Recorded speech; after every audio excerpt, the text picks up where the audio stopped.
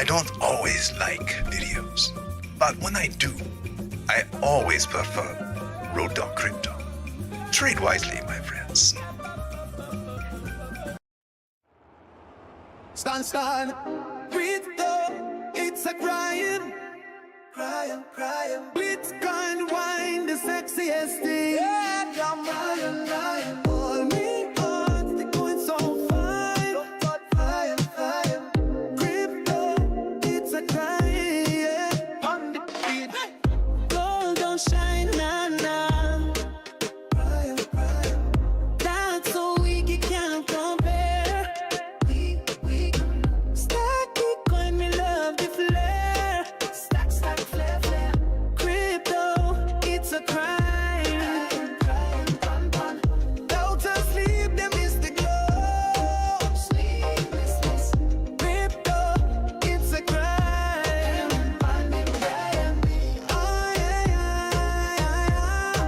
Shine. Oh yeah. Shine.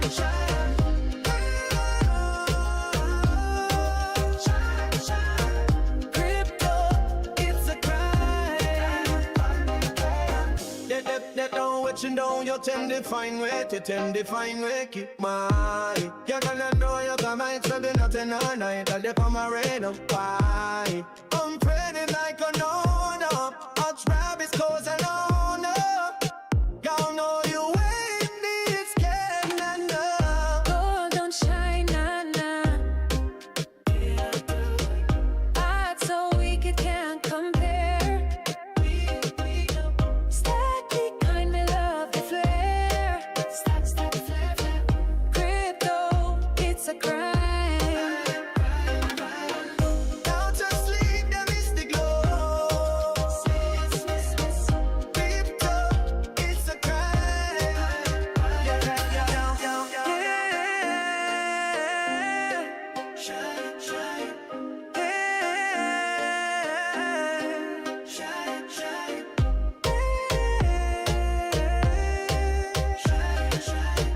Crypto, it's a crime.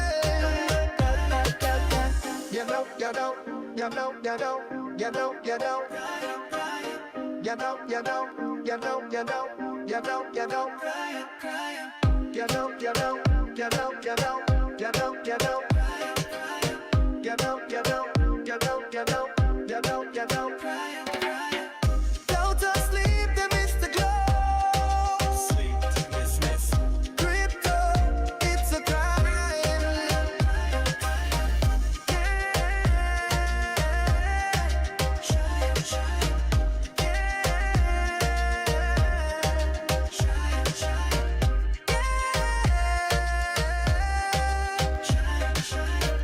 Crypto, it's a crime.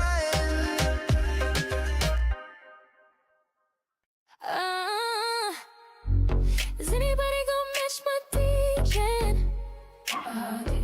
The yellow trees and depths so wild. Wow.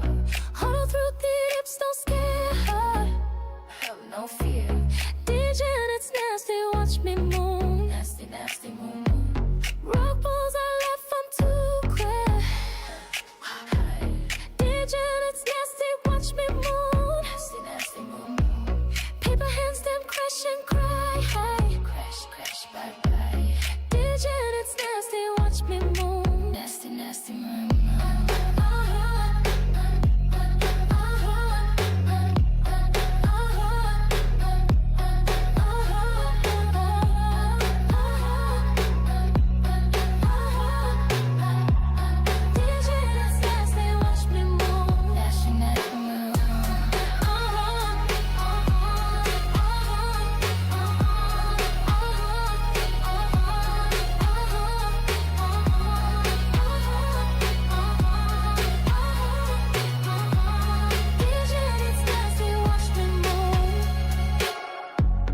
Paper hands and crash and cry. Crash, bye. Stab my coins, my wallet fly. Degen, it's nasty, watch me move. Nasty moon. Degen, it's nasty, watch me move. Nasty moon.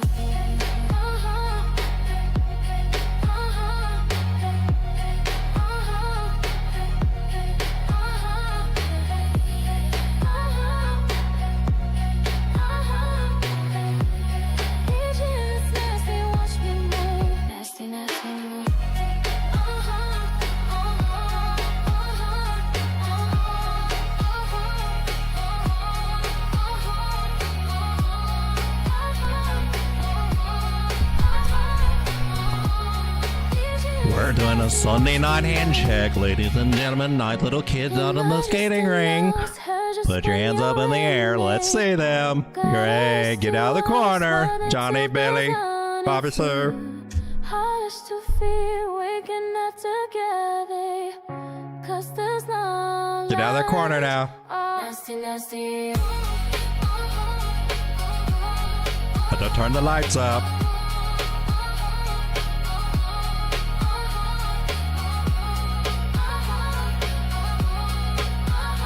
No secret spit swapping now. Behave yourselves.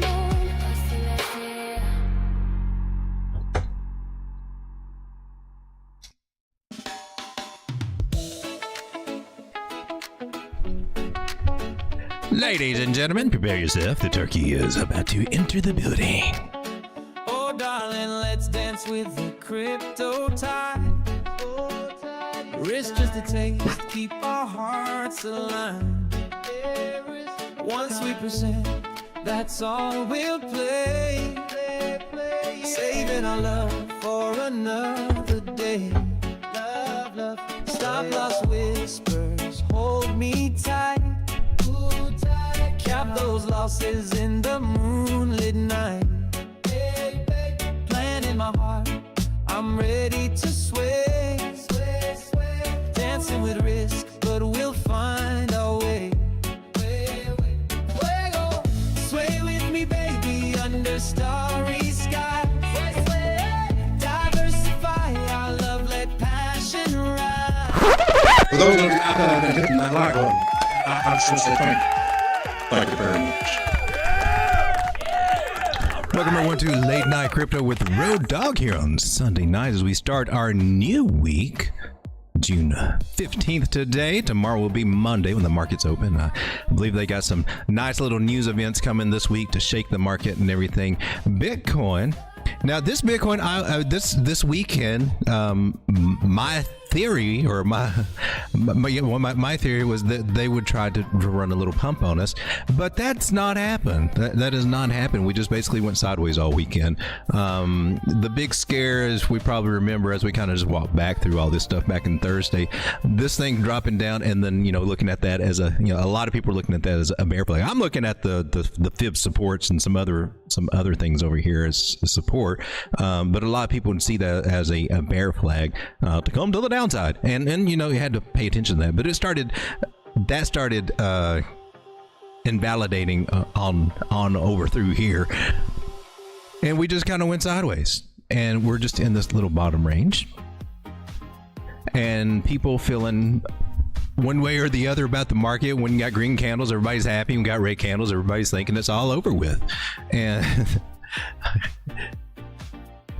it seems there be some confused gurus out there, even on that. But here's what I see. Now I'm even on the 6-minute time frame here. Now this is a small time. We're going to zoom out because we got to do the weekly candle thing. That's where we get a real alpha. But even here on the 6-minute, I can see some positive things happen with the final getting these moving averages finally coming together to hopefully flip in reverse order here, and we got price above all of them right now.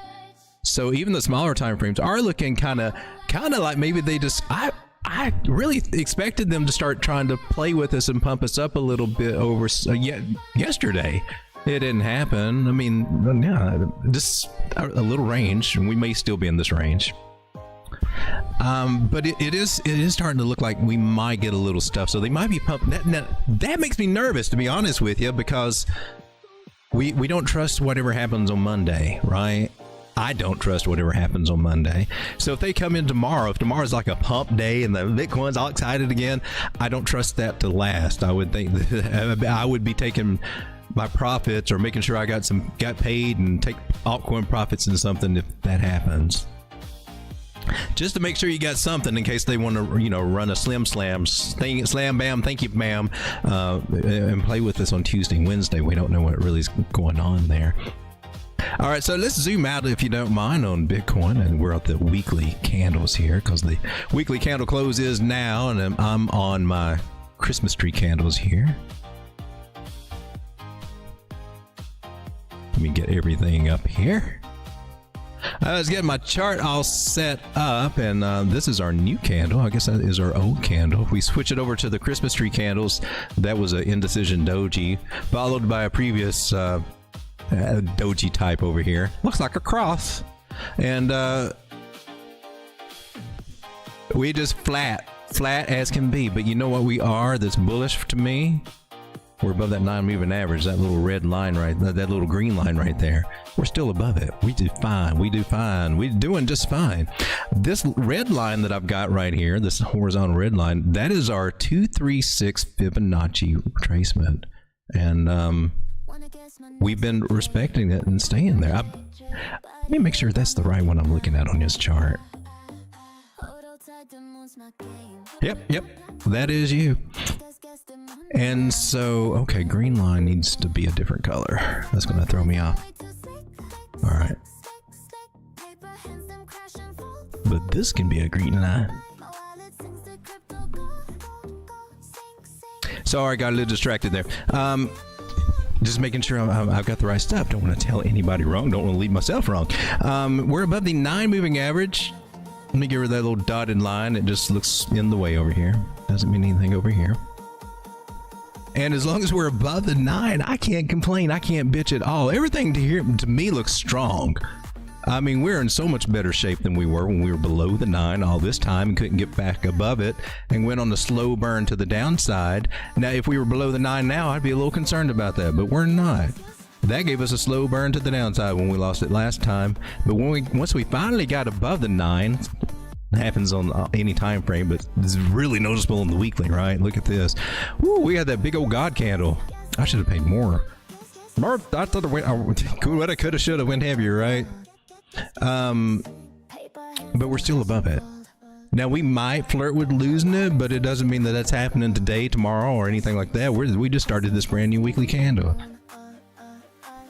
Ichimoku Cloud still looks bullish as ever. She's looked bullish all the way since right back over here when we were $27,000. She has not changed her tune one bit on the weekly. She's bullish for Bitcoin. We're still bullish. A lot of people flipping bearish are getting indecisive, getting tired of the market, I think. More for altcoins, I believe, than anything else. Let me flip my candles back over to the Heikinashi. Now, that's the candles that I prefer to trade with. They make things a lot easier, take a lot of the noise out of it. And if you're a pattern trader and not using Heikinashi, well, you're missing out on that little edge, in my personal opinion. So we're betwixt the 5 moving average and the 9 moving average on the weekly. So we're above the 9. Yeah, I'm good. I ain't scared. We're just being cautious. I do believe that we could be ranging between 100,000 and whatever. Maybe we do, maybe we don't. Let me come over and say hello to everybody, but I have seen a few people freaking out, or seeming kind of, I don't know, they're flip-flopping, being all scared, calling for down, then, I don't know, 5 minutes later, calling for up, and then calling for down again. I really believe if you zoom out on the bigger time frames, you don't do that. You don't do that. You don't find yourself, 5 minutes, 10 minutes later going, well, it looks like it's a shoulder, head and shoulder to the downside. No, you know what? It looks like it's a shoulder, a head, and a shoulder to the upside. Nope. Well,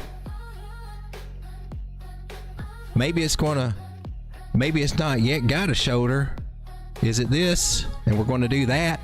I mean, just zoom out, baby. Zoom out and quit squinting your eyes and trying to force things there that don't need to be there. What you need are trend lines. That's all you need. The major points, the outside points right there. We already had that one. We can still use that one from down here, because we've got an angle going on. If you can notice that, let me get rid of you. From this bottom area where we got candle closes here on the 6 hour. Yeah, that'll work. I don't understand the time frames. You know, I would say your time frames, if that is a confusing point for you, because it could be, and I don't want to confuse anybody because I am all over time frames. I am all over them. I use multi time frames. The rule is the bigger ones rule. They're the generals. They run the show. Your monthly, your weekly, your daily. They give the orders, right? It comes down in marching orders. And they direct every other time frame underneath them. They are the peons. That is the pecking order. And as long as you got a large one, you know, maybe a couple of large ones that you want to watch, a couple of ones in the middle. What I mean by the middle is like, you know, the 8 hour, 4 hour, somewhere through there. Maybe even throw the 2 and 1, maybe even throw the 1 hour in that. And then your smaller time frames, I would 1 minute, 5 minute, 15 minute, 30 minutes, something like that. Maybe the 1 hour and less, and then 4 to 12 hour, and then say daily to monthly. Yeah, you see what I'm getting at? So if I'm on a 6 hour or 4 hour, it doesn't matter. They both tell me information. Sometimes it's just a little cleaner on certain ones, like the 6 hour weird ass chart, but it's very cleanly following the 200 moving average right here. We got some very clean, nice bullish breaks to the upside there. I see the turbulence we've been in. But I'm going to take this from candle bodies and I'm going to put it at our new candle bodies. And I do see some angle being respected here. Now it may straighten out and still have a little bit more finessing to do as it progresses. But to me, I think this is a good place for us to at least look for it to catch some support there. What was that white line? Why are you in my way? What are you there for? I forgot what the white line was. And then of course I like to get out a little bit of fib magic here and see what we're doing. There we are. White line is right at our 382 Fibonacci. So here's what the fibs tell me from the high to low. We got past our 236, finding support there. Now we're struggling with this one, and that's fine. This is all part of the process as we start climbing the ladder to the upside there. And that's another argument that we'll be respecting this new little angle that we got going on here. It looks a little bit different on the 1 hour. Stretch you out over here a little bit. Not too much. I want my very first touch over here. That's kind of the guidelines I follow by. And then she broke out and then she came back and respected it. I like that. That's a good sign. So I'm seeing just steady progression as there is less and less Bitcoin available on exchanges and everywhere. And the demand is steadily growing, and that just makes for an economic explosion at some point when there is increasing demand and decreasing supply. That is the whole feel for Bitcoin. That was one of the main arguments there. We're here where it's going to really come happening right now, and I don't see how you can get really bearish on it, even if it were, which I do not think that it will, be dropping to 78,000 or something like that. I mean, at this point in the game, I mean, you're probably kicking yourself not buying more when it was around 20,000. 24,000, or maybe you heard about it when it was around 50,000, and you know, all those prices seem like bargains right now, don't it? That's how Bitcoin works. It always works that way. You're always looking back and saying, man, I should buy more.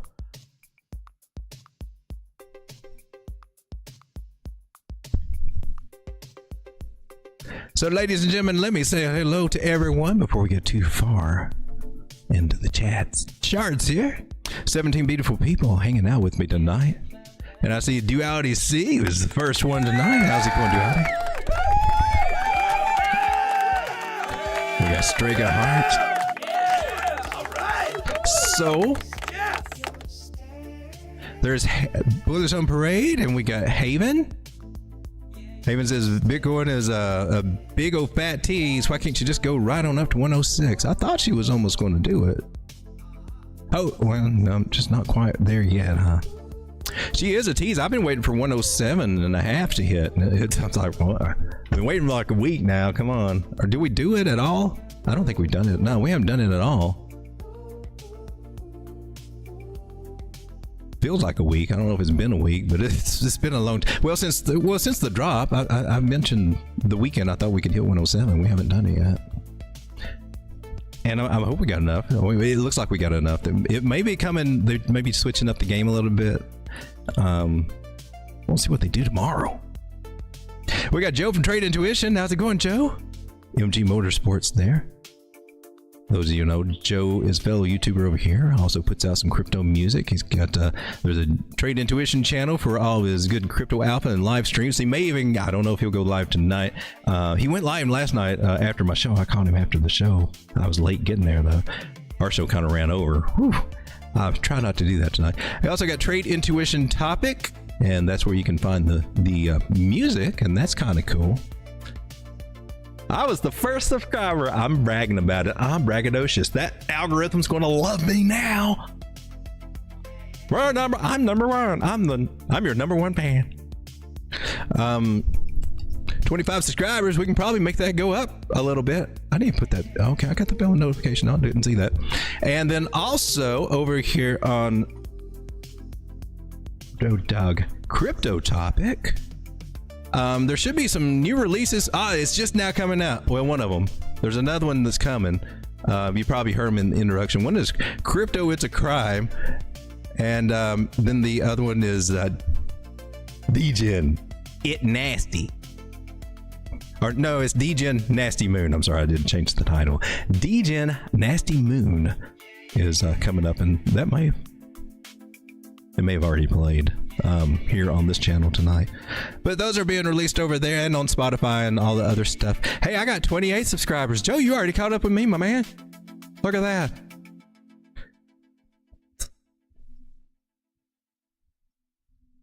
All right, ladies and gentlemen, back to the chat. We see Soul, Reese John.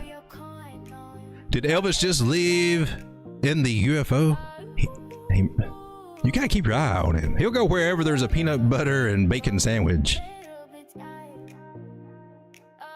Deep fried in butter. There's Sam.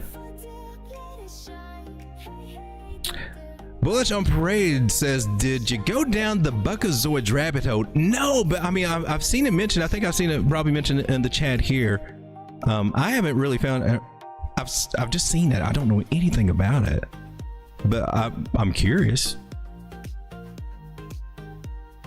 We might get Grok in on this one. Grok was kind of entertaining. Maybe I can polish that bit. So's making homemade butter. That sounds delicious.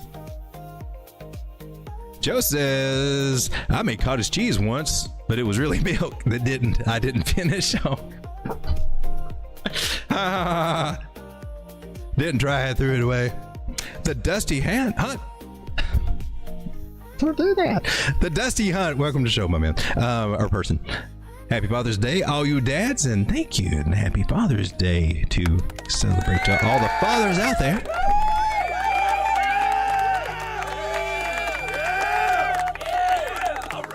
It is definitely it's a rewarding, but yeah, very weighty job to do when you think about it.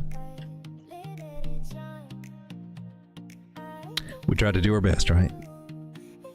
Heavy whipping cream and a mason jar shake till butter forms.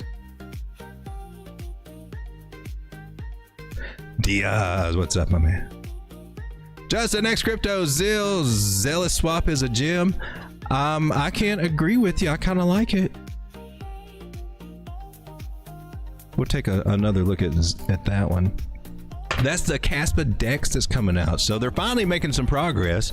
And that's you know, it takes a while. They've been working hard. You know, Caspa started getting. Was it been 2 years already? Wow, how time goes crazy in crypto.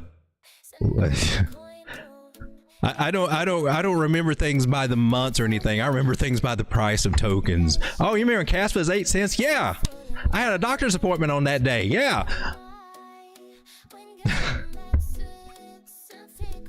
It's crazy how this market affects your life. Some of it is not totally healthy, I must speculate. So I've had this argument for altcoins for a long time, and I know they feel still like crap, But today's not been that bad, other than the little give and take they've had. But we've steadily made a little bit of comeback, a little bit of gains, 1-2%. Not bad. Up for the week. Give and take. Oh man, these guys got hit. That 100 through 200. There's probably a few little deals over there. So are we ready for altcoin season? Hell no, this is not altcoin season, but it looks like I think we got a nice little rally coming. We're trying to squeeze one out, and if you don't get caught up in too much of the negative hype, and keep an eye on the metrics just to make sure we're not, drinking Kool-Aid. Don't want to drink Kool-Aid. But let me make my argument. We just go to total 3 over here. And now this did, and to me, form a bottom pattern and a weird looking little head and shoulders, and it did break out. But the thing is, and I mentioned that for a long time, they have a high chance of coming back to retest that area. We got 3 little retests of this area, which also made it like a triple bottom formation in a way. Triple touches, 3 touches here, and the last one was a higher low. So to me, like that's a nice sign of some strong support right there in that area. Moving averages are looking good. I know we had a little pullback. I mean, and now I guess we just basically use some of these horizontal trend lines here. We'll put you on a dot.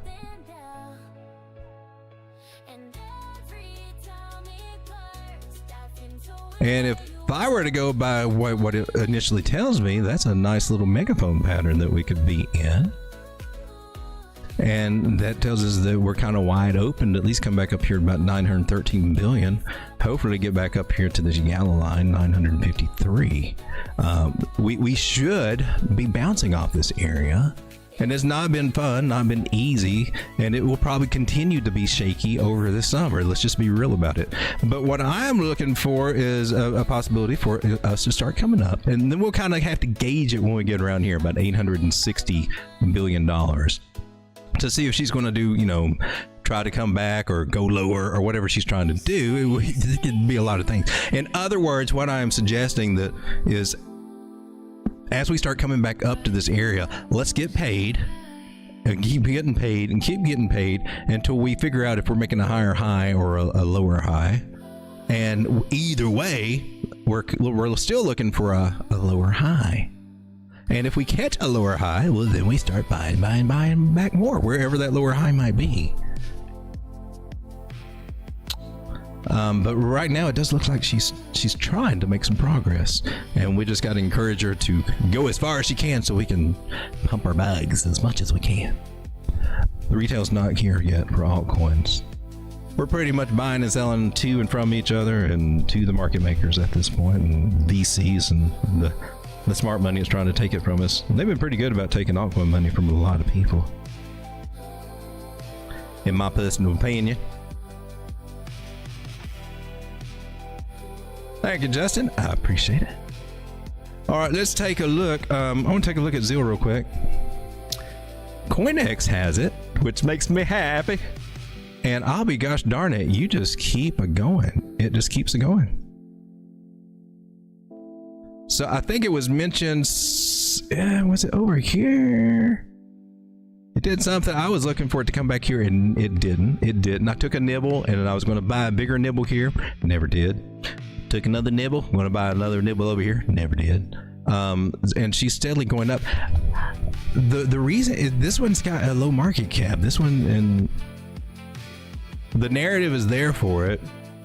And at some point we will figure out where she tops out and then starts leveling out. But right now we're in the very first early stages. This is kind of when you look back when she goes and does her stuff, and when it's up at like $1.47 or something like that, you're looking back down here and saying, who the hell who haven't had a chance to buy down there? Who was looking at it? And so we're looking at it just right down here, a little bit above the little juicy spot. It's you're still in juicy areas, is what I'm trying to tell you. But they're showing a lot of sell pressure here. Maybe if it gets a pullback, but there has not been a pullback yet. But one will come. One will come. So be patient if you're not in it yet. And if you are, I mean, just a DC8 is your best strategy at this point. If you're trying to get into something like this, if you got conviction on it and want to give it a play, just nibble DC8s. Because I mean, she's rounding. She's, what is this? The 6 hour? She's facing some pretty stiff resistance here at 20 cents. Like, but what I like about this is that it has a low token supply. And I think we looked at it over here, right, on Zeal. The tokenomics. You don't. It was CoinMarketCap that added up. I took you off, didn't I? Or CoinGecko.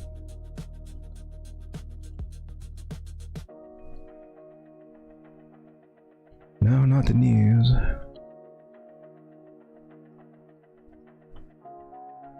So I'm not pushing Zill. I want to make that perfectly clear. You guys got to make up your own decisions on what you want to get into, but I do find this one interesting as a Caspa play. Caspa layer 1 block DAG solves a lot of problems. Got a lot of I mean, I'm a Caspa fan. I got Caspa miners, so I'm a little partial to Caspa. Market cap, it was 5 million, now it's 9 million. Circulating supply is 51 million. Available supply 240 million. Locked wallet, let's see, we got all this. Estimated circulating supply is 51 million. Total supply being 240 million. And it is, I don't think it's not up and running. They got their test net, so they still got play, you know, there still can be some up and downs for price. Something can go wrong. Any little exploit, any little thing or whatever, you know, you'll have times to get in on this. Don't get it twisted, but it is one to put on your radar, I do believe.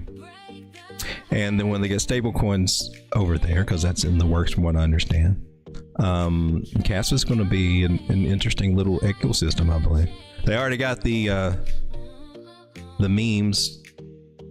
And do they have NFTs? They probably more than likely.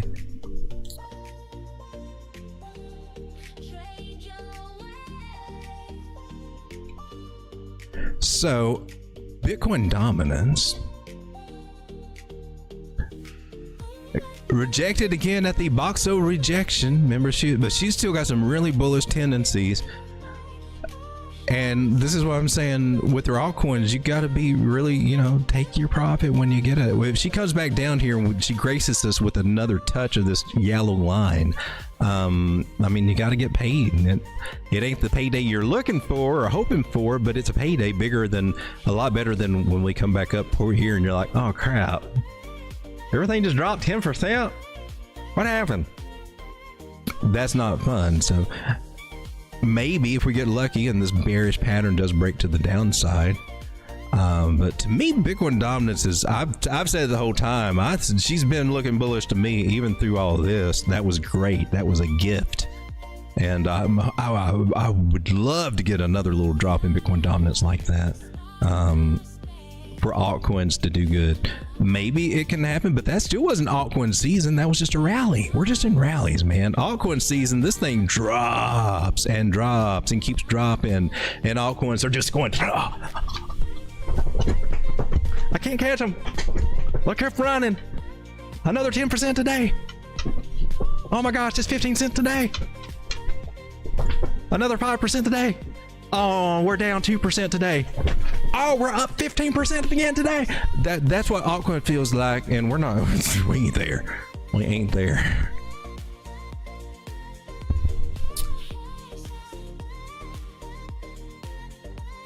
Glittery Marshmallow 1981. So I'm so late. Happy Father's Day. Thank you very much. Hope y'all had a great one. We spoiled ours all weekend.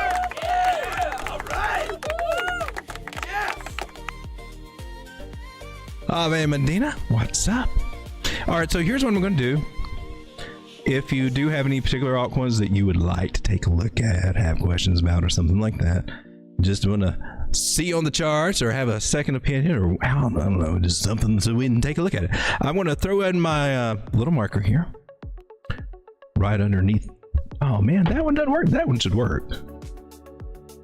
Anyway, we'll put that into the chat, and then I can come back very easily and look for the coins underneath it and not get all scattered brain as much as I love to do here on this show.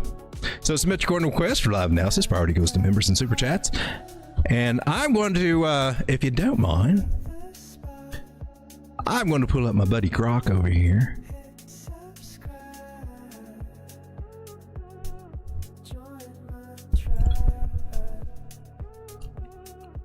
And I'm going to tell him, Grok, give me the skinny on Buckazoids. What the F, man? Is this a scam? What is this freaking thing? What is this freaky thing? But tell it to me.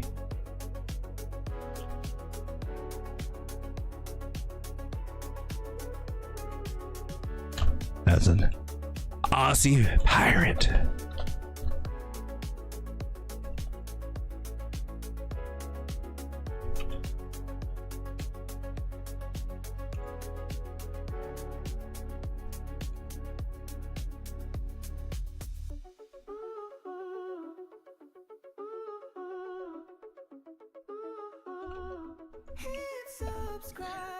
All right. So we're going to break down Buckazoids. I don't know what Buckazoids is. I'm going to look over here because Buckazoids is something, but Grok's going to tell us and we're going to figure it out. Buckazoid. Is there anything? Is there a token called Buckazoid? Is there a project over here? We will get down to it. I don't see anything over there.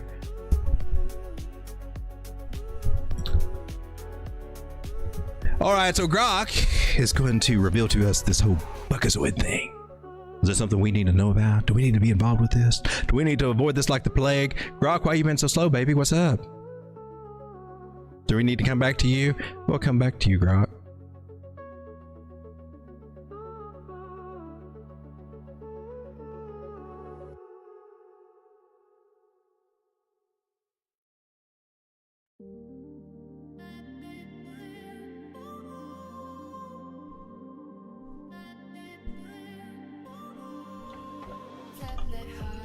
Some crypto play. Let me just reform my question here so we can get that over. Get this going a little quicker.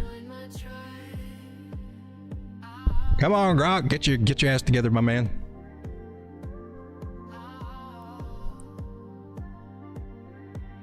All right, well, come back to Grok. He's normally a lot faster than that. I don't know what's going on. Haven says when.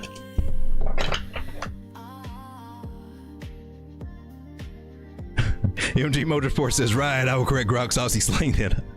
I don't think we had Aussie pirates, to be honest. Yeah, I think you're right on that. Maybe that's what's tripping him up.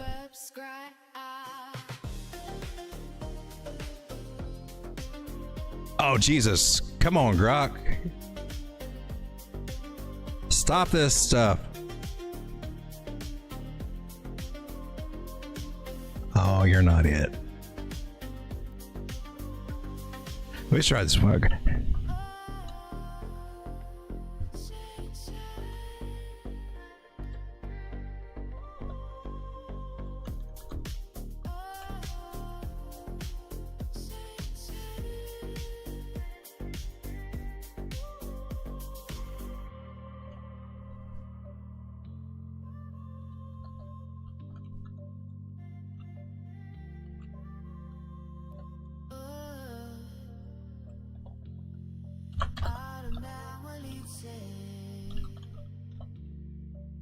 I just say, break it down to me as a pirate.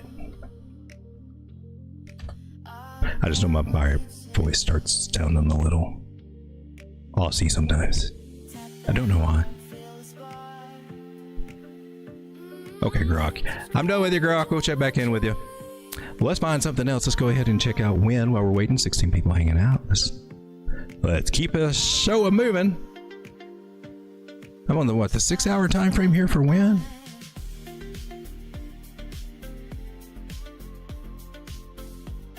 Where are you bouncing? Oh! You lost it.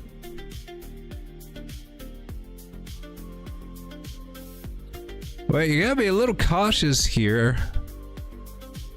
Just to make sure it doesn't get rejected at that. What is it? Is that 3872 at that 4 area, 0.000004. But if it gets past it, then it's considered bullish again. So we got that going on, right? Got you. Ooh. Well, you got to take that in consideration now. So it hasn't got a definite breakout. But depending on how you want to look at that, falling wedge or any other kind of pattern, got a good high chance to break to the upside. And the target you want to look at that for that one actually is the 618 fib. Just to cut through all the measure moves and adjustments for the measure moves and where it's going to go, basically your 618.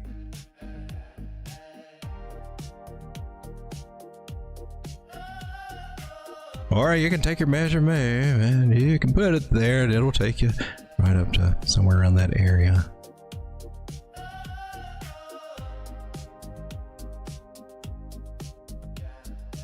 So 0.00059 in the area from here to there is about 52-53% gain. So not bad for a result from the target if we can just get past this area here. So kind of important. See what's going on right there. See what indicator kind of playing at here. Do you think you got a chance here?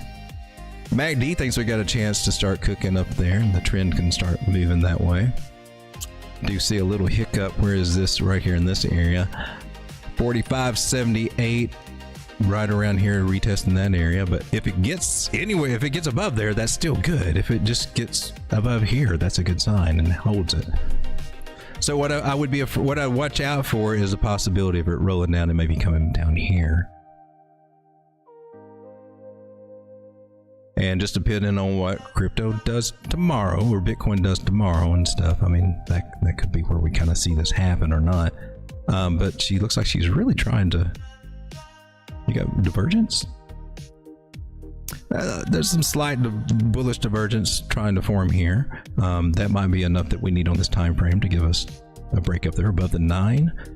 Testing the 21. I think it looks promising for it to try to get up here, but it may have trouble getting too far. It's a little choppy when it gets up here, but this is the big target I'd be looking for.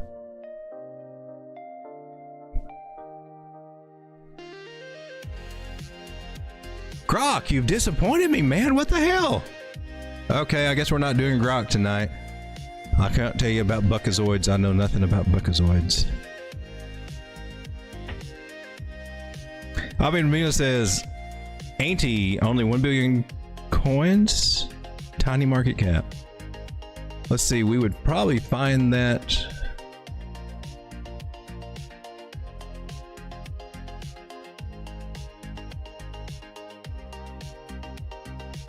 Over here.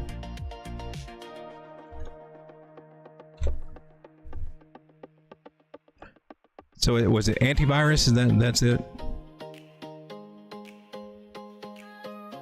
Man, I'm pissed.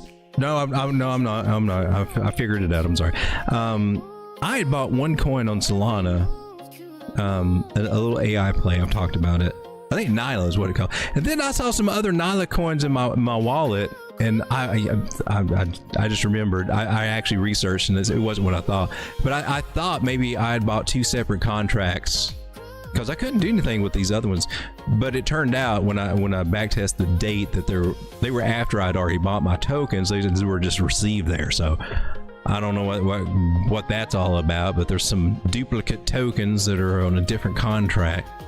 But it duped me for a minute. I was like, oh man, I didn't fall for that, did I? Because I thought I'd used the wrong contract. And that's the bad thing about some of these meme plays and things like that, and these new coins.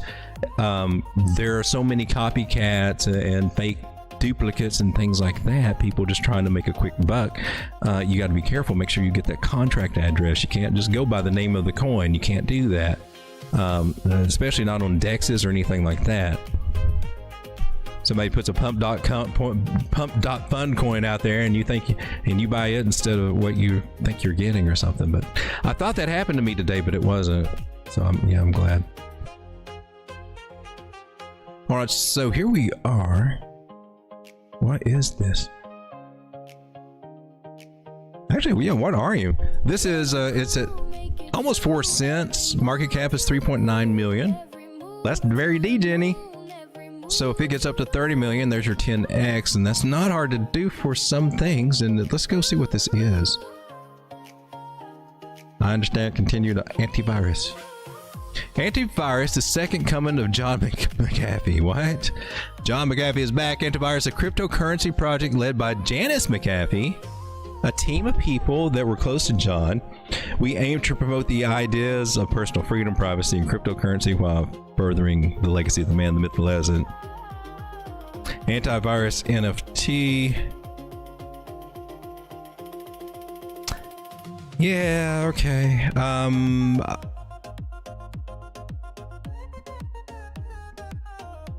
It could get some backing just based on him, but I would treat this as a meme coin. Looks like they're trying to actually try to do some things with. I don't know what they're trying to do. Market it and all this other stuff. If they've got a lot of marketing behind it, the value will go up. It being as low of a market cap as it is right now, though, I mean, if you're a Degen lottery ticket buyer, that's a, how much do you want to pay for this lottery ticket? That's basically what we're doing right now with these things. And this one might be a decent lottery ticket. I don't know if they're going to do something. Let's see what they got. A bridge from Solana to Ethereum, connect them in a way, whatever. That's probably easy for them to put on there. E-gift card, eSIM. What is this?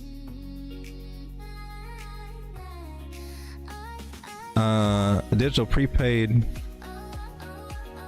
I don't get it. I don't think that's... that looks like eye candy. eSIMs. What was this? 7 days, $2.37, 1 gigabit. I don't know. I don't understand all that. But that wouldn't necessarily have to be through this project or anything. Merchandise. Okay. Antivirus gelato. 3.5 grams. Buy now. Let's do this. Hell yeah. Place order. Let's go. Arkansas. What? It only cost you $1,138 to get you an eighth of antivirus gelato. I'm just saying. Well, isn't that just a pleasant surprise here, ladies and gentlemen? We got the party going on behind me. I didn't know. What the hell? What did we stumble into? Whacked OG. Oh, whack is. Oh no, BitBoy's had a different smell in it. The Great Escape. 1 gram. What? Oh, look, they got regular merchandise too. T-shirts, buttons. I have to keep coming back to this gelato. What are you charging? $2.75 an ounce. $2.75. Looks like it's all pretty much steady at $2.75. Mostly indica strain crosses the Mendocino Purps, Skunk, and Afghani, named for its distinct grape-like smell. This indica is known for providing a carefree relaxation that can help soothe pain. For some reason, I kind of like this project now. I don't know why. Maybe, I don't know. Cell phones. What the hell? Not cell phones, but cell phones. Like cell. Turn your old cell phone and electronics into antivirus tokens. Okay. They got some unique ways to look at this stuff. I gotta admit that. I never would have thought about. They got a DAO and a block. Okay, so this is okay. It's you got about it. So I was saying play it as a meme coin, but now I'm like, this is kind of. It's like a social coin, a memory coin. We aim to promote the ideas of personal freedom, privacy, and cryptocurrency by furthering the legacy of the man, the myth, and the legend that was John McAfee. Cross-chain mixer? Ethereum to Solana? sorry, the mixer is under maintenance and we'll be back soon. Okay. Well, so far, you have to admit, it looks like it could get it could get some hype, right? So that could be an interesting appeal. She's definitely down in the dirt right here. We looked at this before? Well, I didn't know what it was then. When she was over here following it up, seeing if it would hold that area, and it did not. She lost it. Definitely on discount from where it was back here. We had a trend line. You always want to pay attention to your trend lines. I tried to make that clear when I put them up there, you know. Trend line breaks.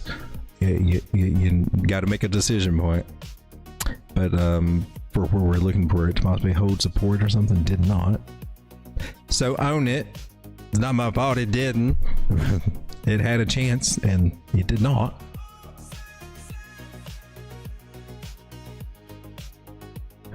And this happens.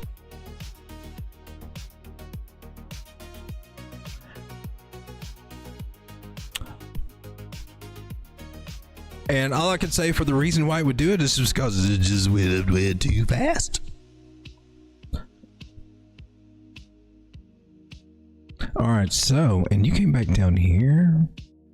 Wow, it's been on a wild ride. So look, so after all this happens, this is kind of normal with new coins anyway. Come down and do the slow ass accumulation. So imagine if you were slowly just nibbling, because that's all these are, little nibbles and nibbles built in positions by whoever's doing it. But this is the position building, people. And here at 1.7 cents, and it's already up to 4 cents. They've done their job. That would have been over April. Oh, Liberation Day discount right there.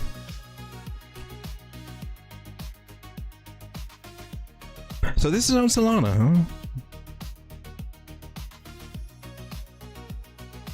Oh, look, I got the rainbow fibs.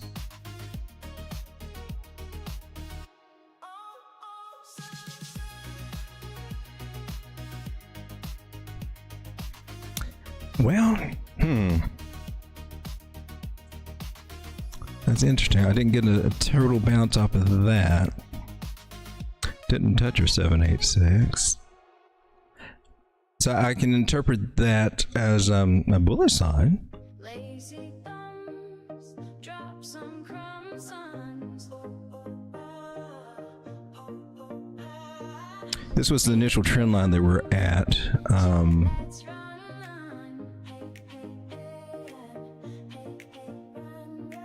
Cool, we got above this.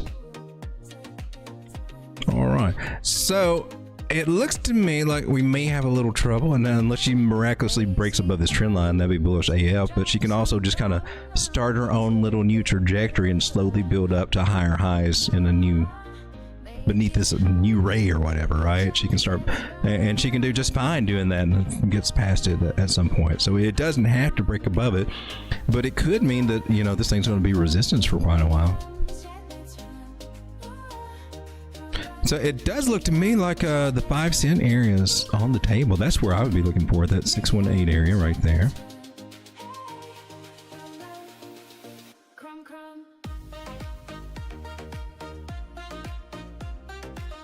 Oh my gosh, we got one, a price label right there. So for right now, that's what I would be looking for. So I think it could come up a little bit. Can she? Can he? Can it? There's it's deviating, so it's got some strength behind its current move, and it may get up in this area a little sooner than later. We had that other little area. The 0.5 is coming in somewhere about 4.8 cents, right underneath here. So that's another area that you might want to look at. That should be about our 0.5 Fibonacci right there. Support resistance flip area. Let's pull our fibs and see if it lines up there. Nope, I'm off. 0.5 is a little bit below. Let's go with let's put the 0.5 on there too.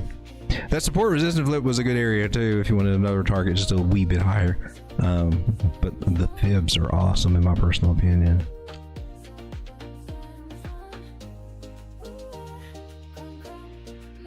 So 0.44.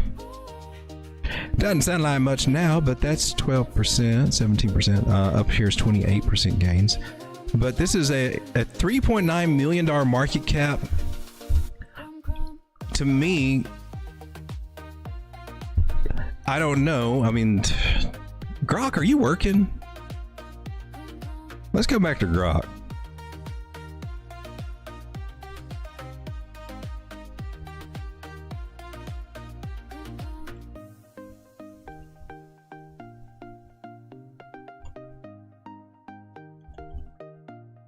And it's AI, right? AINTI, right?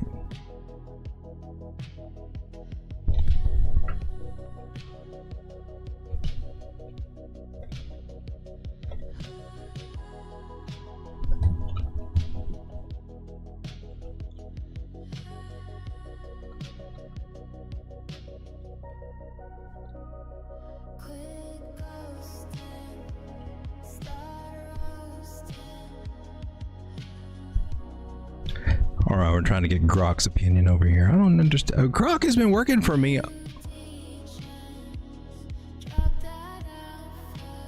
He's faster than this. He should already have a response up by now.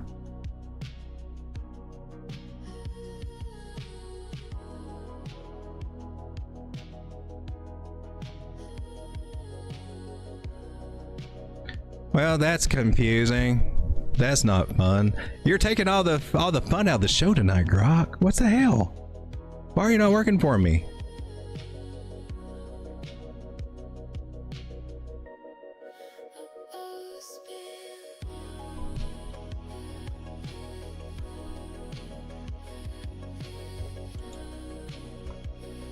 I'm getting nothing. Oh, there it went. Are you doing it? Are you giving me something, not Grok? Yeah, no, I don't see crap. All right. I don't know what's going on with Grok, but Grok is out of service at the moment. So the anti, I think it's interesting. What I'm going to do is I'll post this. We'll take a picture of this. It looks like this is what, the 4 hour.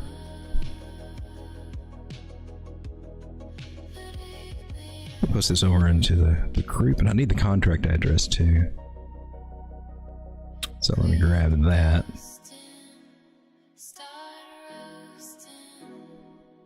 This is AINTI 4 hour chart.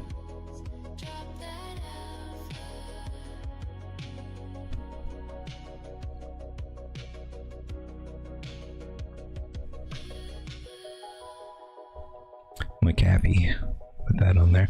Let me see if I can snag the contract address. Where was that at? Come here, contract address.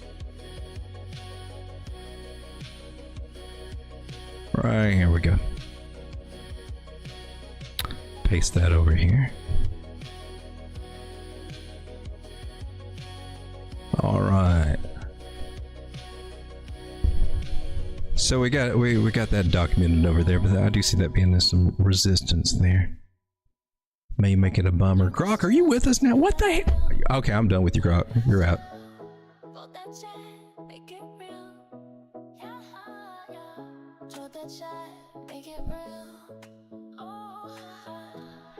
All right, let me come back to our marker, see what we got here for some altcoin requests.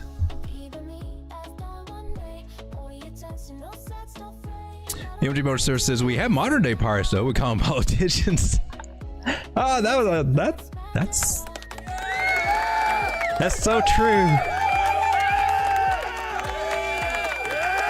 You nailed it. Nailed it. Only 1 billion coins, tiny market cap. That looks interesting. Yes, I broke Grok. Buckazoids is on Radium. It's on Radium.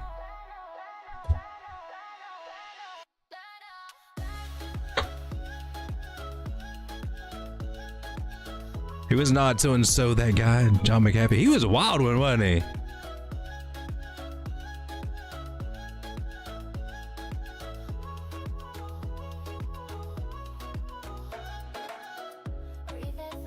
Oh, they're continuing to see the privacy vibes. Excuse me. Yeah, that's kind of cool, and that might be a nice little niche for them too. I guess the weed buys are private too. The weed buys surprised the crap out of me. It's really run by John's wife and ex-Tokenmetrics host Bill Noble is hell. Oh, really? Bill's on the project too?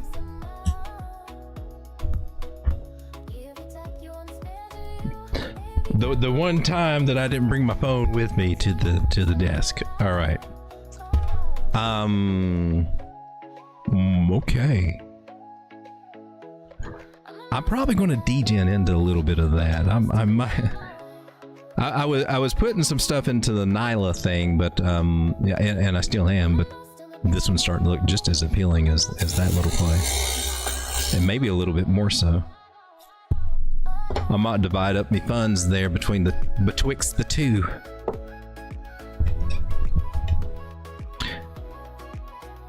It looks like a good little Solana degen play. I'll take a stab at it. It's the most promising thing that I've seen, other than meme coins that have already pumped up and got a community and they sold off, and we're just waiting to ride the train or ride them.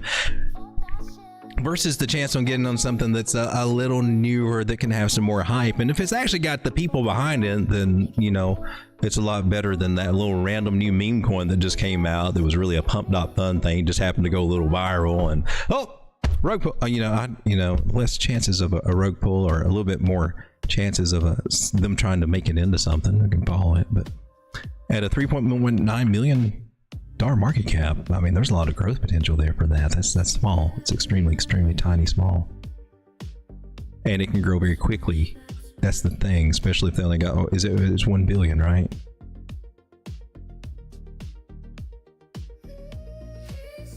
That is cool to know that they're actually, and Bill Noble's in it. I like Bill. It's because of Bill that I'm looking at Zcash, which I guess we can take a look at Zcash. Of course, he thought $66 was just the bee's knees place to buy it. I remember him going, "Don't feed the bears." Zcash went up again to about 56, and it's been down to 28. We come over here to the daily. Here's what I like about Zcash. It's a privacy thing too. Nice rounded bottom, got her little butt crack thing there, and she pulled a little M top and everything there, but she came down support. To me, I think she's getting ready to try to do something here.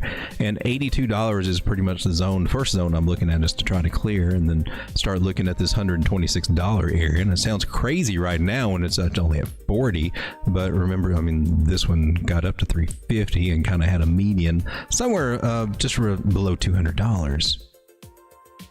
So this nice little gains to become from this, and wouldn't be I wouldn't be disappointed just to see if it could actually make at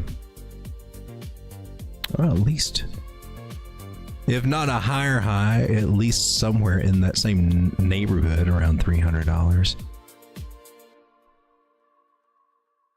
Currently, I have my eye here.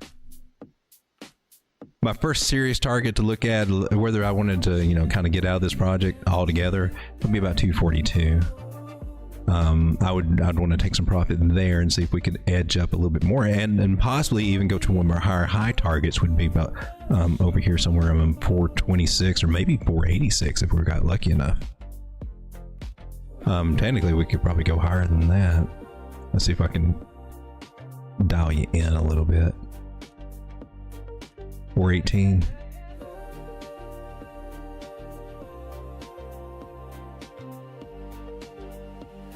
So this is one of my plays, and I'm slowly getting my bag built back up here. I had to. It was building up very nice during this time, and then she started shrinking, and started building her up again here. And she's doing pretty good, actually. That's one of my most promising ones to be growing right now. Some of these things are easy to build bags on, and some of them are a challenge. Caspa was a hell of a challenge to build a bag on. After she kind of got into her sideways or Weird ass period.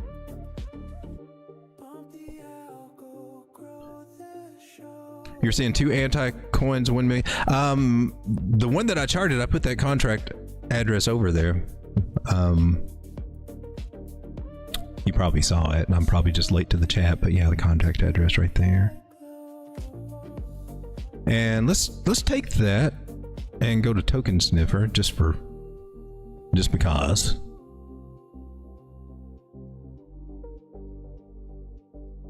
I just talked about how easy it is to get the wrong, you get clones and fake coins and stuff like that, wrong contract addresses.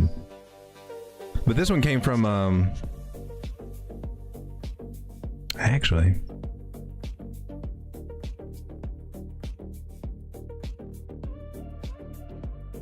shouldn't you be on here? Yeah, here's the contract address right here. It's on Ethereum and Solana, and I think that's the same one. Let me copy it here. Come back over here to Telegram, make sure it's the same thing. I believe it's the same thing. Yeah, that's it. So I want to go to Token Sniffer just because.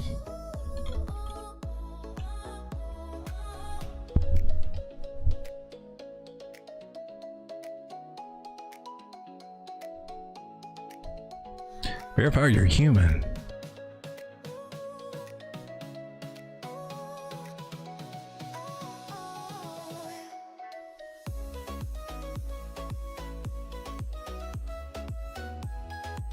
Score 70 out of 100. At least 95% of the largest pool's liquidity burned or locked for 15 days or longer. That's the little thing that they've got going on. Liquidity analysis. Got it there. Freeze authorizations disabled. Permanent delegate authorizations disabled. Transfer fee authorization disabled. It looks like they're doing the right things over here. I think it looks passable. Well, now I got a new Degen coin to look at. Rock's own strike. I believe so, man. Bulls on Prey says, Anti looks interesting, but why did they spell it like that? I think it's because it's got AI with it. So instead of anti, AI is what I was getting from it. They get to go in on that narrative too, I suppose. Yeah, but yeah, I had the same thought too there.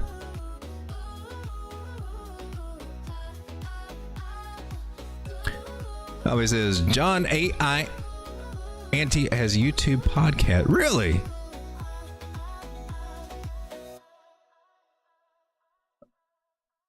What? They got an AI. They brought him back to life with AI. Is that basically what they're doing? That's crazy.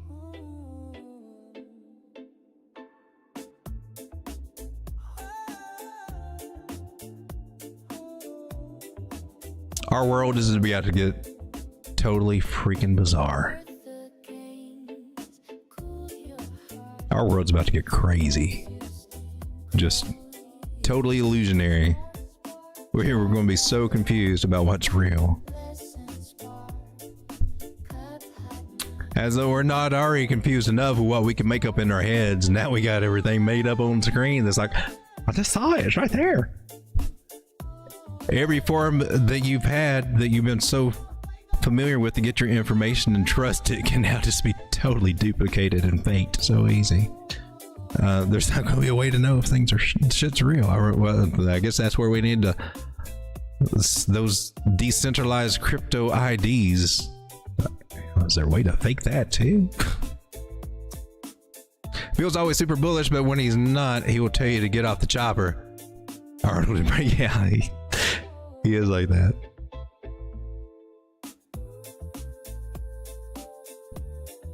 That should be CA, one that I have. They airdropped me an NFT. CA, I'm not picking up on that. It looks like I'm sure I'm going to be I'm going to be playing with it. Too bad it's not on base. I got a little bit more stuff to work with on base right now. Well, my peoples, let's come over here to, are you gone? Tokenmetrics, where Bill Noble also used to hang out. And Arrow Virtual.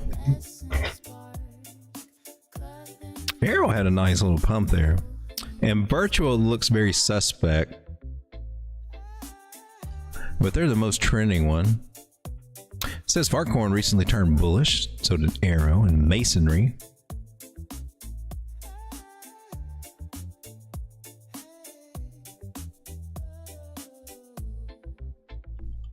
So Aerodrome Finance, man, what's up with you? I think we want to take a look at you on KuCoin. Looks good. I don't. Well, I'd say that was recent.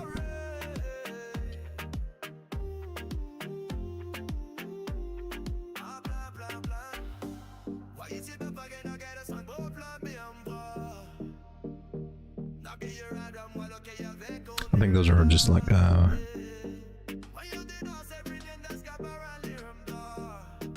don't know. I wanna take a new look here at this area.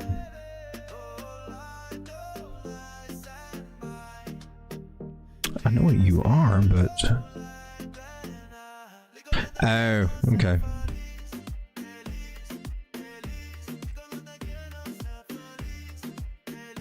So these are like some shorter term targets to look for Aerodrome. At 75 cents, and you can make some pretty good gains. We're talking about 25 to 50% gains, but that's not the bigger picture of stuff, though, for real.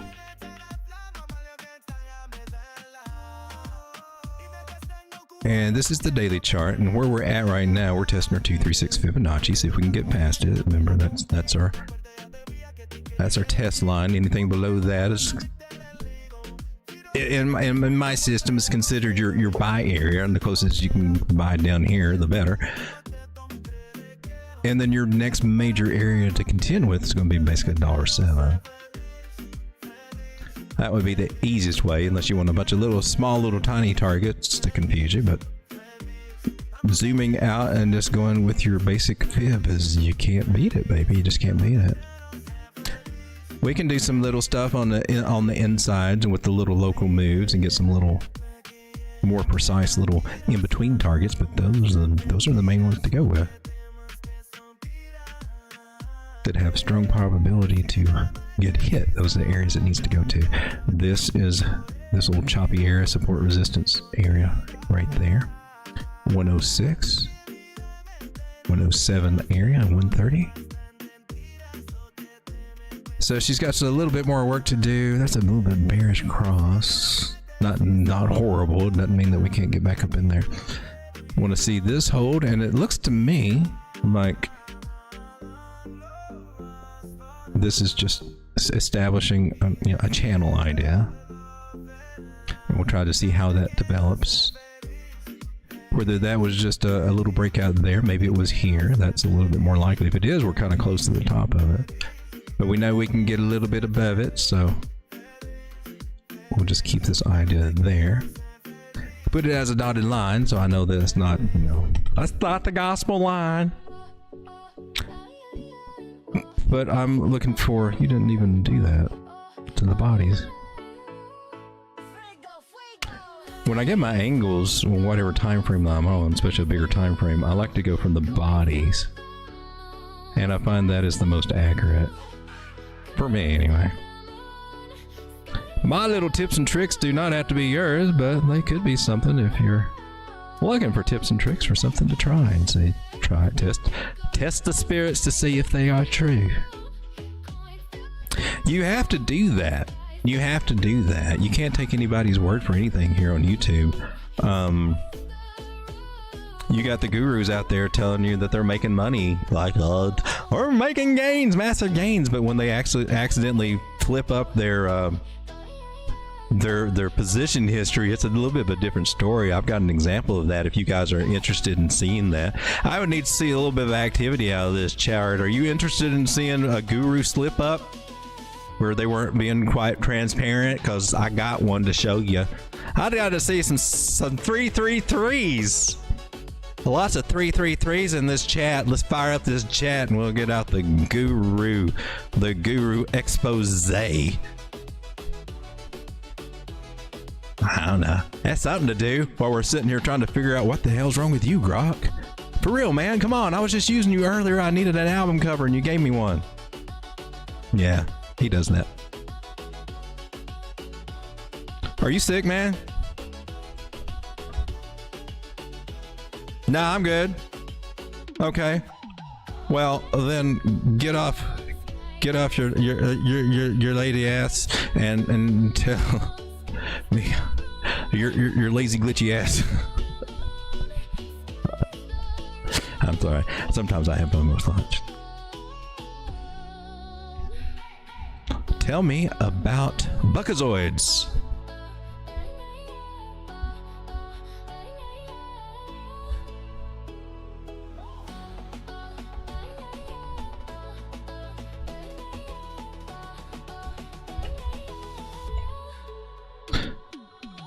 So Drock is going to break down Buckazoids as a 1920s flapper for us. And I'm probably going to stretch the boundaries tonight and freak a lot of people out, so hold on. I don't know. We might have to get some apple water going before we put this on. We'll put this one on the back burner and come back and let's see how crazy are we going to get, ladies and gentlemen. Tell me, 16 people. We don't have 30, 40 people here tonight. It's just a little group. We can get a little crazy. That's some 333. Joe's got some 333s. Motorsports. There was no deep fake when Joe was wearing that fanny pack on the boardwalk. Oh gosh. There's going to be a picture of Joe in a fanny pack in there. Somehow I just know there's going to appear a picture of Joe in a fanny pack from somewhere. We got a guru deep fake? No, not a deep fake. It's just he just let it slide. He pushed the wrong button. Happens to me a lot of times too. Grok said no. Actually, Grok gave us.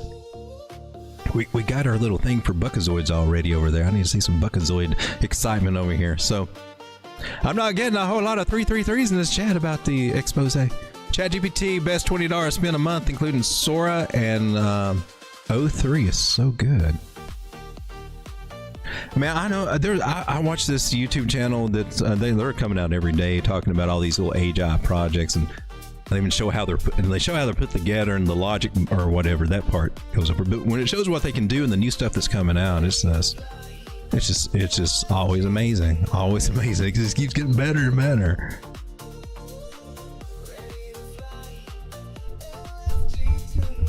All right, so let's go ahead and let's tackle the guru thing. So I posted that over here. I just happened to be flipping through after we got back from church and eating and things like that, and I wanted to see what the thing, I keep my tabs on those gurus, or well, some of them, because the thing was gains on Father's Day. Lots of gains, and talking about gains, man, it sounded like he's just having just a bitchin' last ass day and weekend and everything. But this was the accident that came up here. Well, that's not it. Here, this was the. He was really talking about. It was so interesting. He was talking about gold. All right. And I found this so interesting. I guess there was a gold call, then an oil call. And I find that interesting because he accidentally flashed up this girl, who was my homegirl from back in Nashville. This is Tori Trades, if you don't know her. She trades commodities. She trades gold, platinum, and oil. And there he is. And I noticed he's like, I don't copy anybody's trades. I don't know. He's really adamant about that. I don't know if anybody accused him of it in the chat. I don't know. I didn't see him ban anybody. But I mean, he didn't say anything about Tori. It just happened to be on there. But I think this is from the morning stream or something. But anyway, she does trade gold, platinum, and oil, and she does damn good at it. And she uses a system not too unsimilar from me with trend lines, because she's a trend line girl. Yeah, she follows those trend lines, tell her when to get out of the trades too, just like they can help you too. We got some similarities there. Tori loves her. She's awesome. But anyway, that was sad to see that So what you can see here, we'll look at the other screen, but this was the actual losses. $784. Great gains. Who followed me in this trade? Who's in this trade with me? Yeah. I don't know why anybody counter trades me. Well, this trade is still good. But here was the gold win, $118 for a $33,000 position there. So we'll have to take a look at that. And then here was another loss for $467. Now we all have losses and everything, but it's one thing to be saying that you're winning and killing this game and you need to join my group so you can be like I am and have all the stuff that I do and everything, but you're not talking about it. So here's the breakdown. So this was that big trade that was lost. This is what the rest of the screen looked like here. I just didn't get it all in one, and you can't see it all. But those were today, or that day. They were on the same day. These are the same trades.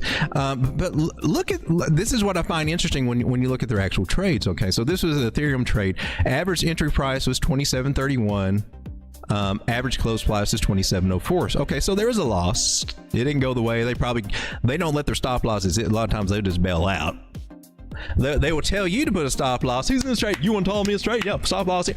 But they'll exit this trade and be out of it when it starts going south. The heartbeat without you even knowing about it. You're like, you're stuck there.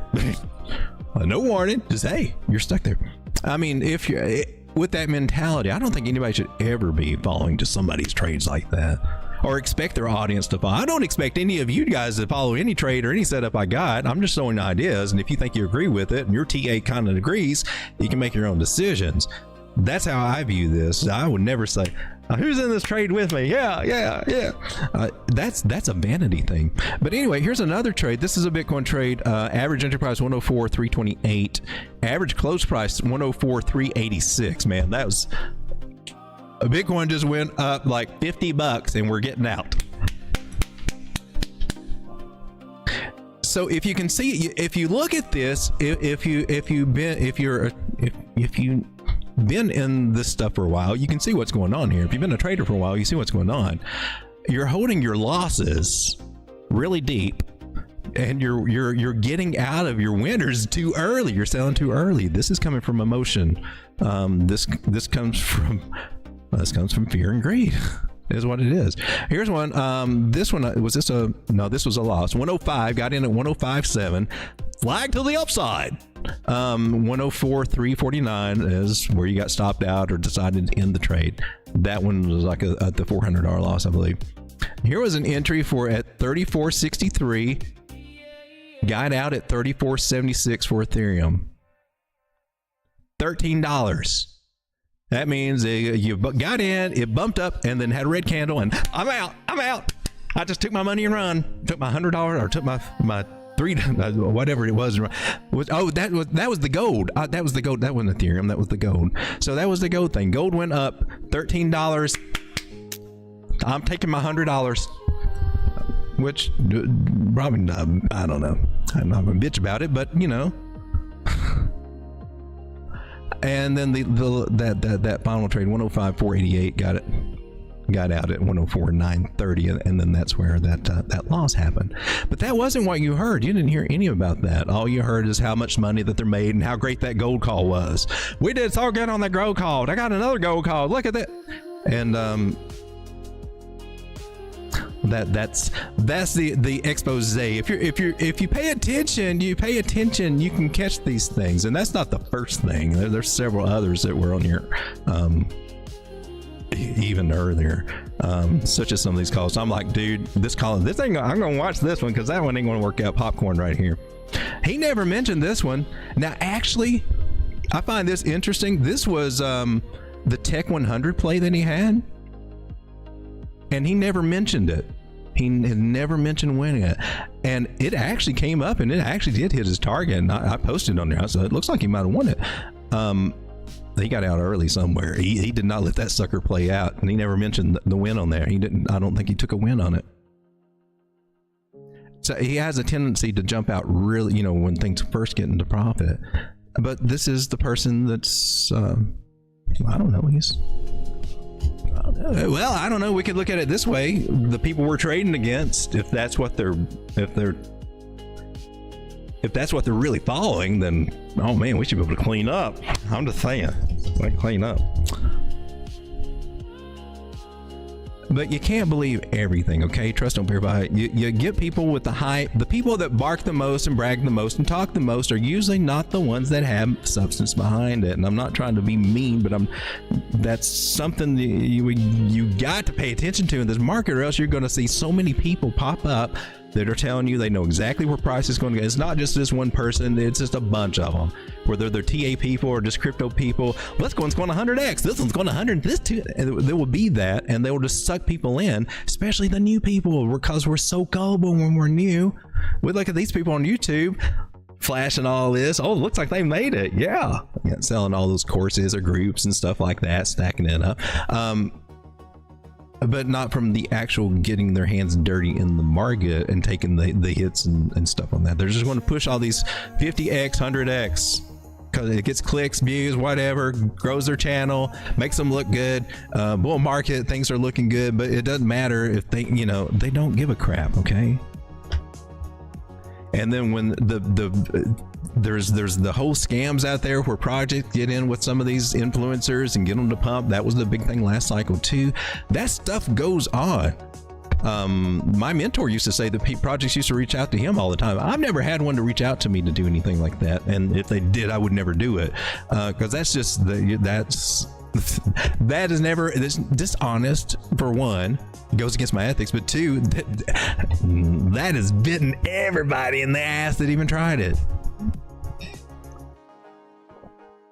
BitMart got caught up in that. Lady of Crypto got caught up in that. Miles got caught up in that. A lot of people got caught up in on that. And it's just as bad as insider trading. It's just dirty. It's a dirty. They got some dirty games, but right now we're getting some regulation, so that should help things out, I hope. Let me come back to the old chat here and see what our responses are. Threes. He lets his losers run and takes profits too fast. Yeah, he does.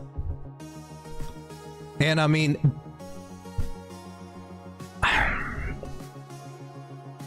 that's a stage we all go through, and maybe that's an issue, but that's not what's being taught or shared. And that's what concerns me. That just bugs the shit out of me. I take it that a lot of people just say, oh, ain't nothing. That's just him. That's just the way he is. And maybe everybody can see through it. I don't know. But by judging by how many how large that group is, I don't know. Maybe it's better or not. I don't know. I've never seen this group. I can't say anything about it. I don't think I have ever seen him get stopped out. He always closes his trade. I've seen it very rarely, and I think it was just to prove that he doesn't jump out. I think it was more of an ego thing, a validation, just to show that, see, I'll let my stop hit.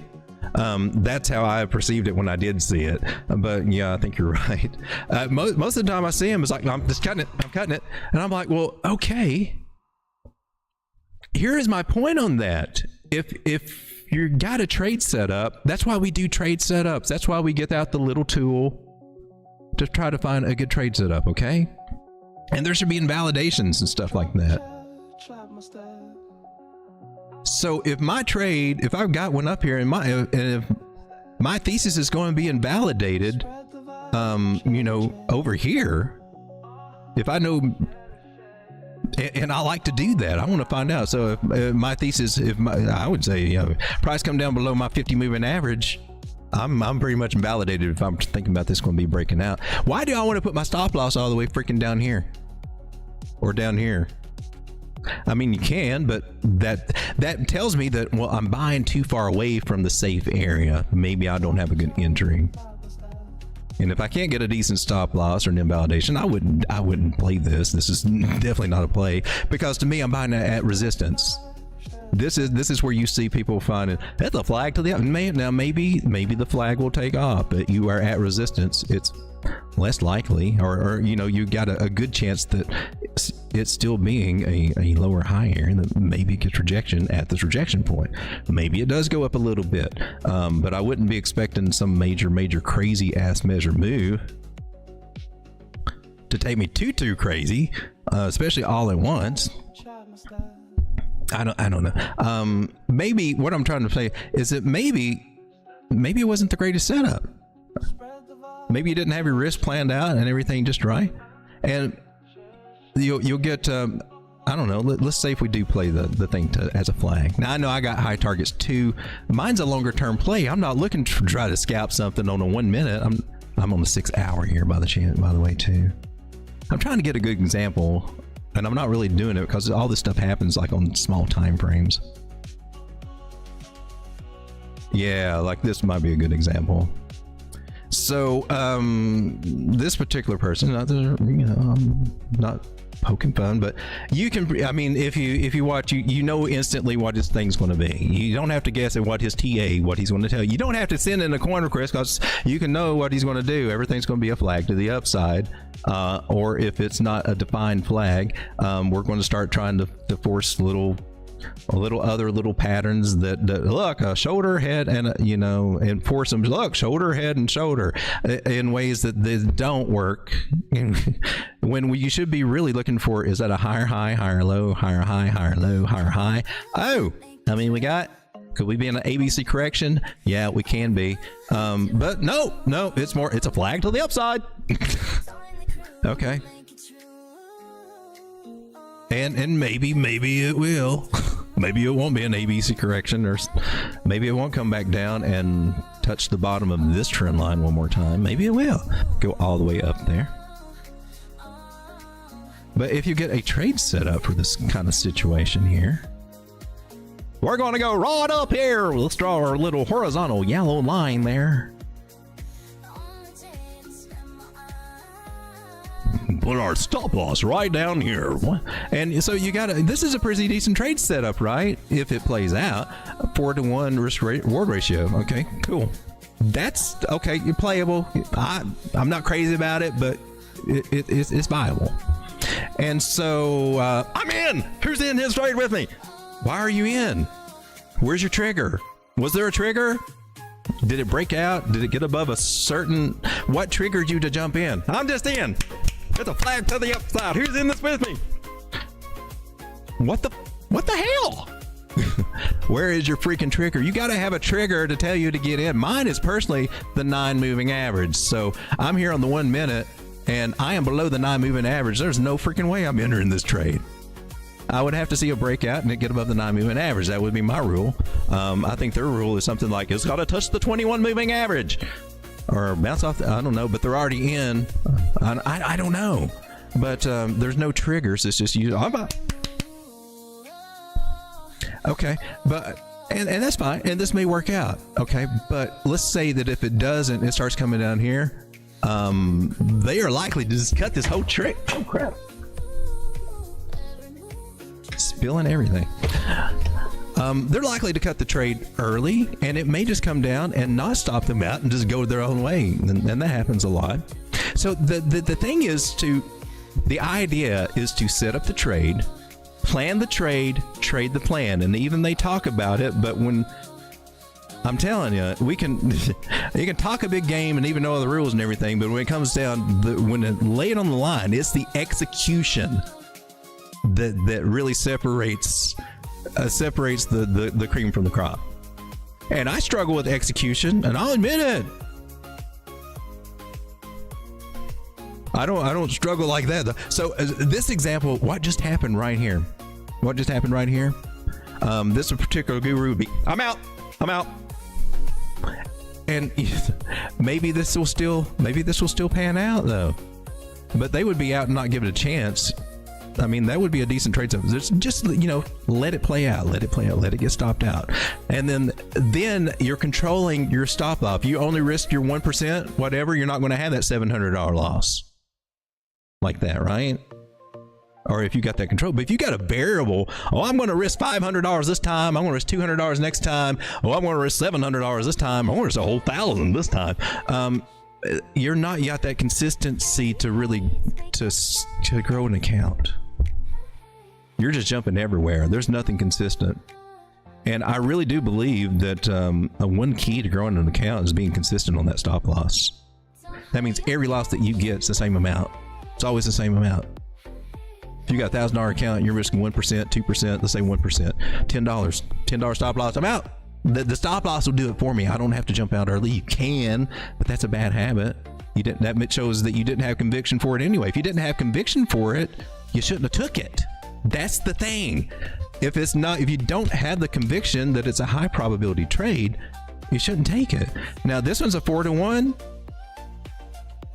I like the odds, but will it happen? Like I said, I look at resistance and I'm like, I'm not surprised that this is not a pennant to the upside. I'm not surprised that it's not. I'm really not. I mentioned right at the beginning, you know, I wouldn't be surprised if we come down here. It may not. There's areas that can find a bounce. She might find a bounce right here and this thing still be legit. But the thing is, and then when this person does get a breakout and they do go up, oh man, they are so happy, excited. Man, they are pushing all their products and talking about how this is, see, now, and when you do that and this, and see, now it's taken me many years to do this, and they start going on all their accolades and how much, and you can do this, and all you got to do is just, you know, they're giving you all the life advice and all the good stuff because they're feeling good about stuff. But you let it go up and it's on the green candle, the first red candle, they're out. That's it. Trade over. So you exit here. What the hell? What was your risk reward? You did not trade the plan. Now you could take a little bit of profit, right? But then they get out all completely. But that means this is all bullshit. This whole trade set was bullshit. Because in reality, what you'd be looking for is about a 2-to-1 risk reward ratio. You risk $100 to make $100, or to make maybe $200. Not great at resistance. It's not a great trade setup. It's not. And I would think if you know you have a tendency to sell early, then maybe you shouldn't put the big ass targets. Maybe you should just look for that little guy. Maybe you should just pull a little Fibonacci and try to go for that little guy, this little area right up in here. Or in our little freaking resistance area. Maybe we should take a smaller trade. Then maybe you can get a tighter stop loss. I don't know. Tighten up the risk to reward ratio. Would have already been stopped out on that guy. Actually, if you were trying to play a pennant, stop loss is in the right place. So you got to base your trade off of that. So if I were playing this, I don't need to sell here would be stupid. Unless you're just trying to save those few little pennies, but what you're saying is I don't trust my idea. I'm not going to wait for it to make a lower low. I'm just going to automatically assume that I know what it's going to do. It's going to do it. I'm going to get out before it does because I know it's going to. And you don't know. This thing could jump back up there and you could still win this trade. But it was a shitty trade setup, my personal opinion. I wouldn't play it. A lot of the flags are shitty trade setups. I'm just going to tell you. Flags are good when they're first starting. When you've already got 1 or 2 flags behind you, your flag juice is about to run out. I'm just saying. And how many flags don't end up being flags? Flag to the upside. Nope. Flag to the upside. Probably not. Flag to the upside. Nope. Flag to the upside. Nope. Eventually, you got to say, man, not all these flags work out, man. I'm just saying. But as long as they sell subscriptions, get clicks, and you keep telling everybody that they work out beautifully, they're going to believe you. And I don't know. But see, you're not understanding me. It's really a shoulder, a head, and look. No, it's not. It's just not. It's just not. Look, it's a cup and handle. Is it? Is it? What invalidates it? Because it tells me it's already been validated for cup and handle. It's still valid for right now descending channel, that. And that's what you'll also see that the flag people do. You know, they'll keep changing and they'll change it, and then the flags, they just keep it into a flag until it's finally, see, it broke out. You know, that flag can come on down and they'll still call it a flag. But it's changed. It's nothing. I don't know. I can't jive with that. I just can't. I can't jive with that kind of system. It's not. it looks more confusing and more questionable. Like you would get, I can't read it now. I can't understand. Is the shoulder headings go this way or is this way? It would just be confusing as AF to me. That's just my take. One of my best trades, says Calipan. China Watson, hey man, I'm up early for work and caught your stream. Hope you're good, dude. Hey, I appreciate you for being here, my man. Thank you very much. I always like to hear from people happen to catch me live. Maybe you don't. And nice to know you might catch, pay attention to my stream. I mean, to the show afterward. And whether you fast forward to whatever coins you want to look at or stuff. I try to do the time frames on the TA a lot of times on the 4 hour. So for the reason that the TA will be good. Whatever we go over, those ideas should be valid for about a week. And so we should be able to see if they're going to work out or not. And I like that. What I see, and kind of going back to other thing, the TA on for these people is changing every day, man. I mean, it's just a new flag every day for whatever. It's always a new flag, always a new flag. And I just feel like you're just always looking for the new flag, and then you're trying to teach people, and then we're going to project a new flag from here. So yeah, this is what I do. I project a new flag, and I'm like, dude, what the hell? I mean, I don't see the benefit of throwing these ideas out to new people so that they can kind of say. I don't see that helps anybody. I just see that tries to make you look like you're some, look, I look at the market totally different because I'm a genius brain and blah, blah, blah, and blah, blah, blah. I don't know. It does not resonate with me. But this is a lot of stuff that's being taught to a lot of people, and a lot of people are buying into it and believing it and paying for that instruction for these things. And all you get is buy when things get above a 200 moving average, or buy the flags, or and if it didn't work out, it's your fault. You should have seen the bearish divergence, or the look, you should have seen the shoulder, head and shoulder forming right there, and that would have told you. That's the biggest thing that I hear, which is a bunch of bull crap. One thing I got to say about head and shoulders, if you're finding them going like that, it's probably not a head and shoulders. It's probably just a series of higher highs and higher lows. If you're finding them going like that, it's probably just a series of lower highs and lower lows. I mean, head and shoulders, really, they're supposed to have a neckline. This shoulder should be ideally lower than that one. And then you got a decent one. That's you got all that. You ticked all the right boxes if you got that. Could be some variations. It might be a little higher and it could still play out. But the biggest thing is the head and shoulders is that price did not have enough momentum to make it past this shoulder over here, much less the higher high it put in. If you look for divergence, there's probably is some divergence there or here in some form, but you don't have to. But just knowing that this one didn't get up there, highly likelihood it's going to give up the ghost and take a dump. That's the head and shoulders. It's price actions telling you what's going on. It's too weak to get above here, and it definitely going to be too weak to get above there. So the idea, if it starts getting above this one, it may be invalidated and it may not play out. That's what you got to keep in mind. Head and shoulders, that's not what's taught. What's taught is, oh look, it's got a shape, something looks like this, you know it's going down. No, you don't. The patterns are there to help you interpret what price action is doing. That's all. That if you study the patterns, you understand that it's telling you if something's going on there, and it's a simple way to kind of understand what's going on there. But some people just take it and go very loosey-goosey with it. Matty Ghost. So we got on that tangent. Now we got a super chat to get us off the tangent. Yay! Litecoin for Launchcoin. Let's take a look at Launchcoin here. And Mexi looks like a good one. Oh, nice Launchcoin. I'm on the 1 minute, so let's zoom out and see what's going on. Oh, snap. Did you hit it? That was an idea that did not work out. Let's see. I gotta go to smaller time frames here. So we looked at it here before. That was a steep ass trend line. I never looked for those stuff. Not too convinced for them. I had an arrow here.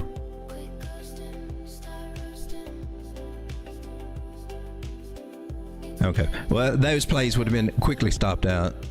Any kind of risky trying to play that, and this would have been another example of an idea. if you were looking at this as a flag or pennant or a cup and handle and all that, you had a trend line, and when that trend line breaks, I mean, we started here, and then we started getting this one, and you can give it, I mean, really, I would have been looking at this one as being what to watch. This would have been the best place to make your decision on what to do. But it's easy at that point. So, okay, well, maybe she's just maturing. Okay, we'll give her a little wiggle room and see. But, okay, so we got angle, and then it lost it. And when you lose those trend lines, that's why trend lines are so important, especially if you're doing a flag idea. If your flag idea is within a trend line, maybe it'll work. This one started forming and then breaking the trend line. That was the first signs, but if you can find a solid trend line, and there was one there, and it loses it, that was one of the last things that really sunk with me from my mentor. I don't know why. But I guess it was the mentality. I guess I was interpreting trend lines as, okay, it's a direction of the trend, but we can probably get back into it, like it wasn't I didn't treat it as a line in the sand. I just treated it as a guide. And once I started treating it more as a line in the sand, as no, if you're breaking trend line, you need to look and reevaluate stuff. Something's about to change. Something your plan something might be threatening your plan or your idea. It's a line in the sand idea. Once I started doing that made a world of difference in how I look at the market. And that's why I put so much stress on those trend lines, because that still helps me today. And that's why I keep talking about it. That's why I like Tori Trades, because she knows that too. It's the trend line strategy. Tori Trades does the same thing. And we can do this, and the trend lines tell me so much. And this one, just carrying it over to here, and going to candle bodies too. Yeah, we're beneath that. So we got some definite resistance going on right there for launch coin. All right. I don't know. All these little lessons come out when I do these coins too. You just have to bear with it. We are holding the 618, so that's a good sign that I'm liking. Let's see if we can hold that. That's a good sign. So she lost it, didn't come down here, and I take that as a bullish sign. We didn't actually come out to the 618 and touch it. Well, I got to take that as bullish. So I can look at it now as that we probably had a falling wedge with a breakout and come back to retest the breakout area. That's the common thing when we're playing those patterns, that they can do that, come back and retest the breakout area. Seems to be holding so far, so let's hope that we can go from here to make a higher high. And if I were going by this to kind of determine what that higher high might be, let me get a little bit more accurate here.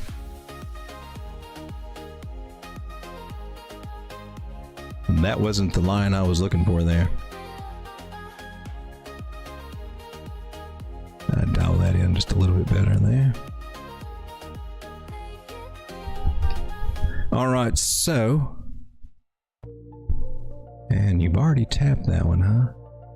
So you've already knocked that one. We're looking at the 618 to be our next little target, our next little higher high.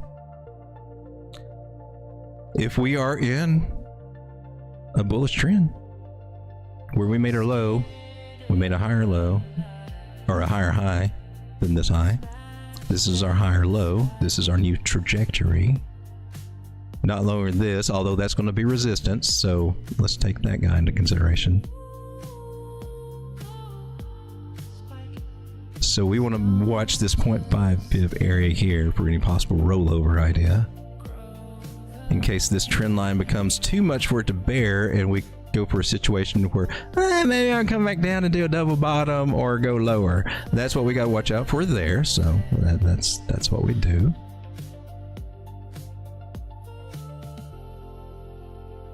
Right now it looks like she's trying to at least try to do something along those lines, touch that area maybe.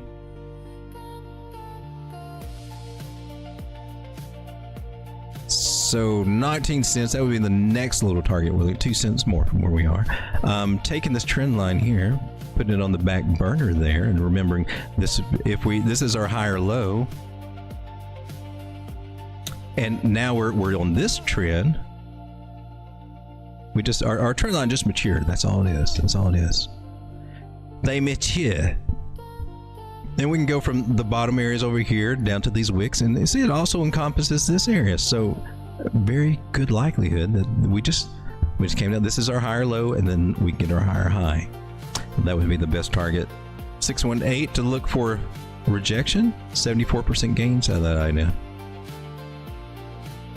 So for a swing trade, that's what I like, and that's what this is. This is like a swing trade top.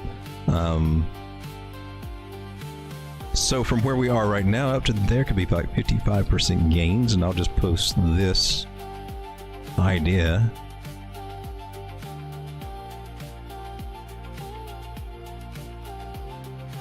Over in our trade setup area.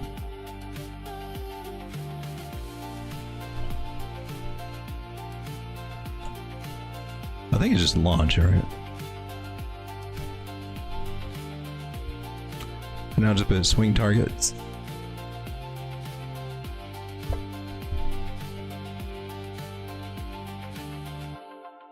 All right, so we got that idea posted over there. So falling wedge, breakout, retest, higher high. That's what I'm looking for. And given price structure, I'm going to say it's got a good shot to do that. Bumpy ride, swing trade, 58% gains. Worth it. 1x spot. Add leverage, then you got a bigger idea. And if we're looking for something smaller, say the 1 hour, that 19-cent area, looks like we're trying to make a double bottom here. And I can see some turbulence coming through these areas, definitely, with the moving averages and everything, but that's fine. The 4 hour, I think, is your best time frame, really, to kind of to watch some of these altcoins. And have we got our bigger moving averages on? They're not showing up. Don't have enough price history on this one. Too new. So we don't have our bigger moving averages. Give me information over here. You still have the 50 above the 200. That's still bullish.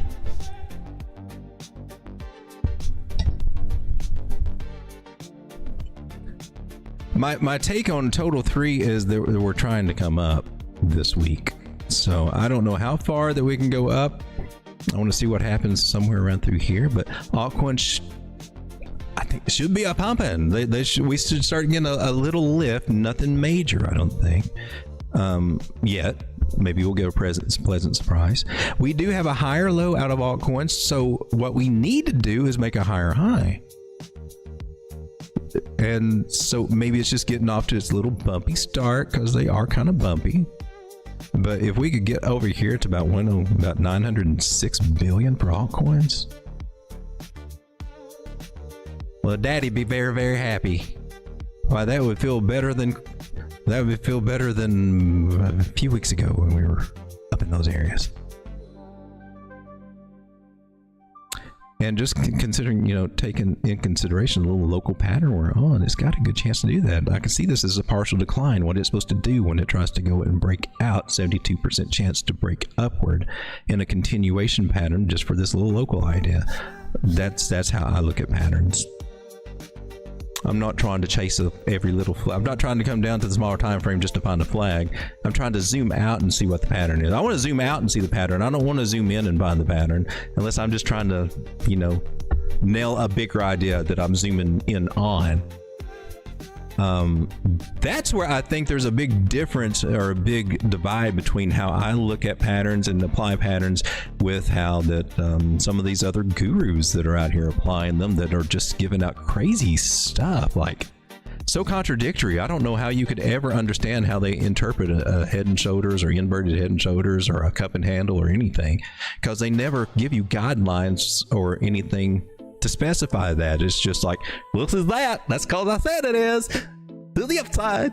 And that's all you know. And it might. And if it is, then they're a genius and brag about it. And if it doesn't, well, they sweep it under the rug, never talk about it, erase it, go on.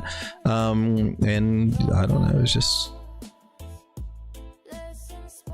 It isn't, even what I do is not always right, but we try to talk about, hey, this is what I'm looking at. And we're trying to look for invalidations. There you are, little woolly booger. I'm telling you, I'm paying attention.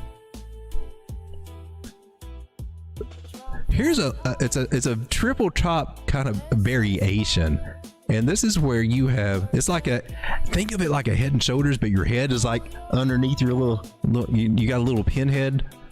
It's like SpongeBob or somebody, I don't know. These little guys are trouble. These little guys are trouble. And I'm not worried about it as a pattern and trying to do a measure move. I just look at it. When I see that shape, it tells me every time that I've seen this cycle, it's just been like a nasty trend down. And they do have some nasty measure moves, but I have a lot more respect for this guy. When I see him on anything, if I'd paid attention to we first encountered him last year before the big drop on Total 3. He reared his ugly little head and gave us the ugly downtrend. I don't like him. But still, if I were going to tell you how to look at it realistically, I'd tell you to look at it as a channel or a zone. You have basic shapes, and then your patterns will come from those basic shapes, and they'll whittle down from being a block or a rectangle into, when you divide a rectangle, what do you get? When you divide one in half, what do you get? You start getting triangles, right? When you divide a square in half, what do you get? Triangles. That's all that is. For real, for real. And then all your little fancy patterns, your inverted head and shoulders and all that stuff, like this one over here, if we're looking at that. Same thing. It's a little boxy zone. I mean, take it up here as it develops. You got these little areas here. I can technically see 3 in this. And when you break it down like that, you got that theory, which I subscribe to, 3 little phases up and down on these markets, man. 3 humps, 3 dumps in the pump, 3 humps in a dump. The fibs also break things up in thirds. It helps if you view things in thirds. And right now, if we're doing things in thirds for Total 3, while we're still on Total 3, this is our first section, this is our second section. We're trying to work on getting back up to a third. Let's hope so.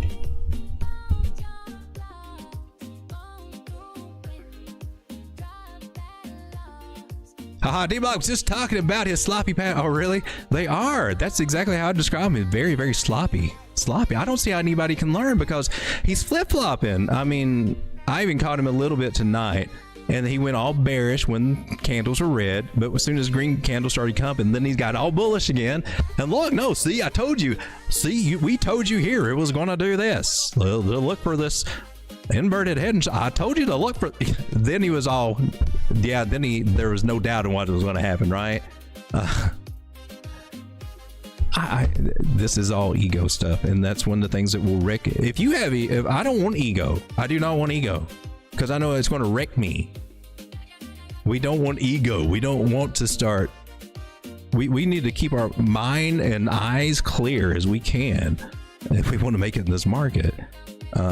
Otherwise, you're asking for trouble. But I mean, gurus are dangerous, man. And ego with gurus are never a good combination. Whether it's crypto, real estate, or whatever. And you see that go together. Real estate gurus are just as bad. I want some sloppy tacos. I had tacos for Father's Day. Actually, I had it yesterday. Had them fancy tacos. Not the Taco Bell, but the fancy ones. They had a little deep fried pepper in there too. Some kind of adobe steak. I don't know. It's really yummy. We'd like to have a lot more of them. Arrow been bullish again. Really comes in waves with that coin. I think we charged it, didn't we? I meant to. Joe says, I have personally seen his emails of projects wanting to pay him $50,000. Oh, you mean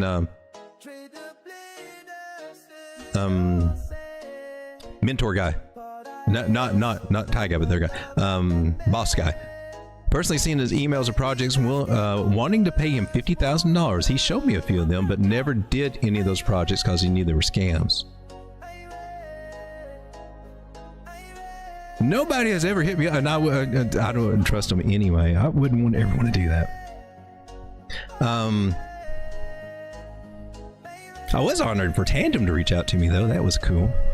And some of the exchanges used to reach out to me. I hadn't had an exchange reach out to me in a while. Guess I'm not popular. He had warned the group about those projects, that the project was paying influence to talk about. Yeah, I remember him doing that too. And then you find out, oh my God, it's real. And you see BitBoy's sheet where it's $20,000 for him to mention your coin on his live stream and things like that. Yeah, that was a big thing going on last cycle with all those top ones. A lot of those top ones. I won't say all, but a lot of those top ones, those big names, some of them you still might be familiar with. Yeah, that's how they made money. They got paid doing all that. All they had to do is get those clicks, baby, just to tell you what you want to hear. You come in, give you a coin. Doesn't matter if it reaches out or not. They did their job. They hyped it up. They got their little portion of it. So, oh yeah, we feel the pain too. Our bags are down too. Yeah, they got those bags for free. They probably sold them. I don't. It's just it was a mess.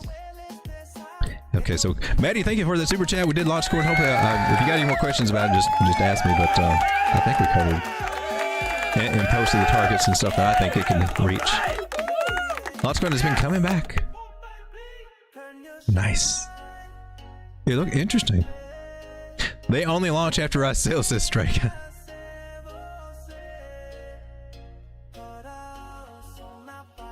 Maddie says, "Oh, that's what I." Oh, so maybe what did we see something similar? See, that's cool. That's cool. I don't want anybody to take my ideas as, man, Road Dog said they're going to go there. They're going to go there. No. But I'll show you what I see, and we do really good.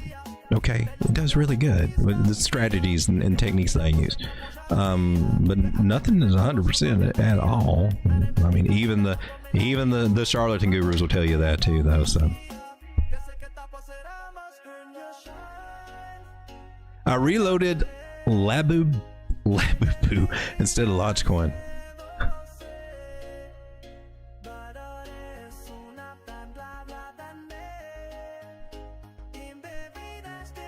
All right, we got more chat. Oh wow, I'm missing some more chat here.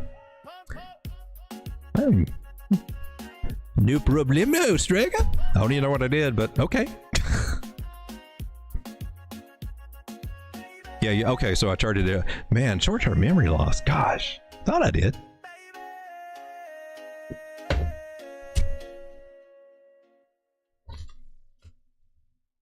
I was supposed to chart virtual. I was going to look at virtual. I don't think we looked at virtual, right? Oh, well, we've been doing 2 hours. It's time for me to get off of here, actually. Virtual, man, I'm skittish on virtual. I'm looking here, and I think it's best to zoom out. Let's zoom out here on the daily and read these moving averages over here. We're above the 200 daily. That's bullish. 50 moving average crossed it. We're below that though. It's got some strength, but man, I've got a position of this and it's up and I'm in it. I'm just wondering, do I need and I'm in a position, if she comes down, if she does come in, I'm ready to go for it. But I'm just trying to figure out, what are you trying to do here, virtuals? So let's zoom out. Let's see if we can get an answer on virtuals. So we tested our 382 very bullishly. Didn't quite make it up here. 278 will be our next bigger area to look forward to contend with out of virtuals. And might as well throw this little 618 guy in there too, because we'll probably see him come into effect at some point in this game. These targets should last for quite a while, or a high to a low, unless we make a new low. These targets they will exist. They will still be there. For areas that we will see, likely get some sell-offs at those areas. See some resistance. See some pivots. Trend line wise, I'm not even going to do that. I'm not doing that. I see this initial angle that we had here, and then of course we started all over. Following trend lines, losing trend lines, lost that guy, hoping we'd have that guy. Finally coming to this guy. Is it going to break down? We just keep, but we're on the daily, like I said, 200 moving average. We're at some good support areas. I'm just not sold. I think we lost trend line. I'm looking at it really from back over here. And let me take that's a steep ass channel though. That idea would suggest we come back and retest this little guy area over here.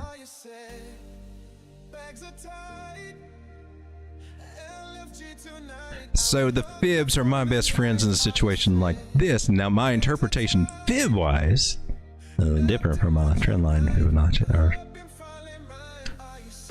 Because at this, if we are trying to go up here for a higher high, 333s or wherever like that, I'm looking at this 382, since that's where we've been holding. The cloud's suggesting that it may not hold anymore. Next target would be 149 down here. And I'm trying to see if that's going to happen. So we got some conflicting information. We got some possible really strong support here, but you still have this 100 moving average down here, even at the bottom of the trend line. I've been thinking, and I'm sure a lot of other people are seeing it. A lot of people are probably seeing the head and shoulders trying to print here, and then that could be happening. It's not confirmed yet, in my personal opinion. I'm looking at some divergence here. There's got some strong divergence built up over multiple points, and when my rule is, you know, 3 of them, that third one's probably going to work. And let's see, one instance here.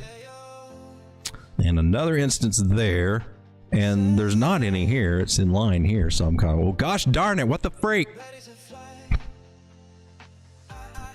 So from virtuals, the best that I can tell right now is if I were to do this and play this guy as a channel. Because that's the only thing that really makes sense to me right now with these moving averages, is that we're in a channel, we're at the bottom of the channel, and we got a chance to come up and hit these targets. So I'm going to go with that based on the moving averages and the positivity that I see there. And I'm going to run with that idea because I do believe price travels in channels, and we've identified it, and that's a little angle technique that I use. So I want to follow that. But if she starts... But I've also got my eyes on some of these possibilities to come lower. So the daily says we might have a chance, and maybe this little head and shoulders idea is not real. Look, it did have a higher right shoulder than this one. So that's one of the things we were talking about earlier that could be that little hint that it may get invalidated. It's not as strong as a head and shoulder pattern. It would be a much stronger head and shoulder pattern if this right shoulder were lower than this left shoulder. That's the sign that you're, oh hell, something's about to happen. You can lean more into that one, and this one I'm not convinced on it.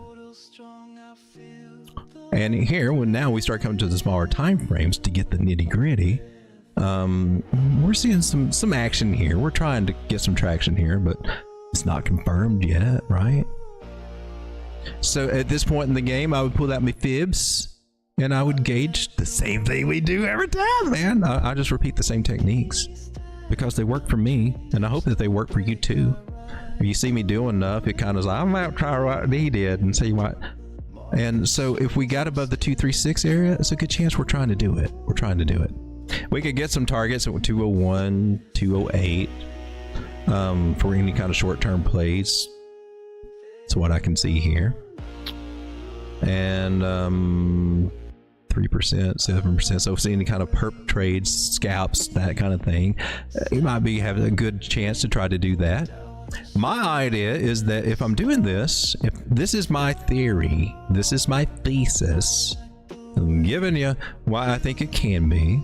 She's got some bearish tendencies here on the 4 hours. Some of these moving averages cross some bearish. It doesn't mean that I'm trying to discount my thesis. It's just saying there's going to be some chop that she's going to have to work through. I'm sticking with my thesis. I'm not trying to say, well, it could be a shoulder, head, shoulder down. I'm not doing that. I'm just saying there's going to be some resistance up there we have to fight through. And I want to look closely to make sure that my points don't get invalidated there. If I were to do a long position, I could get such a tight ass stop loss, baby. Ooh, I can control that risk so good here. 5% stop loss, 4% stop loss. If I had a target even scalping it up here, ooh, looky there. 4-to-1 risk reward ratio on a scalp, that ain't a bad idea. We're not even looking at my targets of higher highs over here, which would be like a 10-to-1 risk reward ratio. I like to try to play those guys, and I can get some good luck out of them sometimes. But even on the scalps, I want a good risk reward ratio. 3-to-1. If we're not fitting in that box for something that I know that I can realistically attain that target, such as that's a lower low, that we should be able to try to go for that one, right? I don't have to jump out at the first red candle or anything like that. I got a good chance to come up to a Fibonacci area here, such as the 0618. Is that worth taking a trade here? In my personal opinion, I mean, yeah, there is one. Yeah, that we can apply this, put you there. Is it worth it? 2.8. So you shave it off with your stop loss, you might be able to do that. Get a 3. And yeah, we can get a 3. We can get a 3. Stop loss below the lows over here, below the candles, below the trend lines. We could play that, and I like it because it's bouncing off of here. So I have my thesis is, because we're at trend lines and it's been respecting this angle, or what we got, even on the local idea here.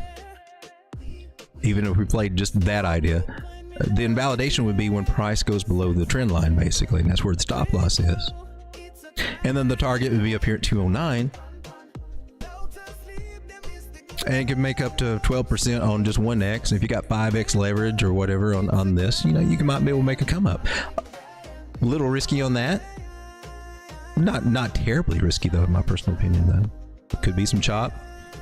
But that's how I look at it. But I wouldn't want to be selling out over a candle. What I would do is bring my stop loss once we get up in these areas.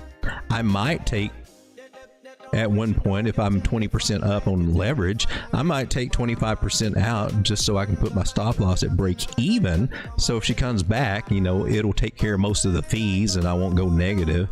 A lot of times you'll put your stop loss to break even, but you've already got fees. You're in the hole, depending on your position size. It could be $10, $20 or $5 or something. You come back to break even, think you got a free and clear trade, but no, you got a loss. Fees. So taking a little profit on the way, besides just jumping all in or jumping all out, that's one way to do it. So you move your stop loss to break even to kind of nullify those fees on leverage. You got those kind of ideas to do like that. But remember, my big thing, I'm not even looking at that. I'm playing virtuals for a little bit of a different way, and I am looking for these higher targets over here. All right, ladies and gentlemen, come back over to the chat. Joe, are you doing live? Is he doing live? So it says, good night, dog. Always enjoyable. Appreciate you for hanging out. Let me check and see, is Joe, is he going live?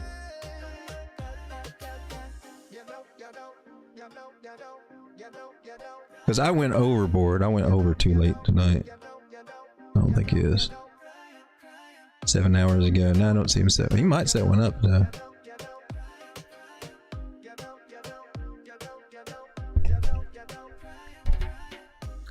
I like virtuals now too, and I got fortunate to get. I didn't get into it when it first came out, but I got into it when it crashed and started building a bag, and then it made it easier to build that bag. No live tonight, says Joe. Okay.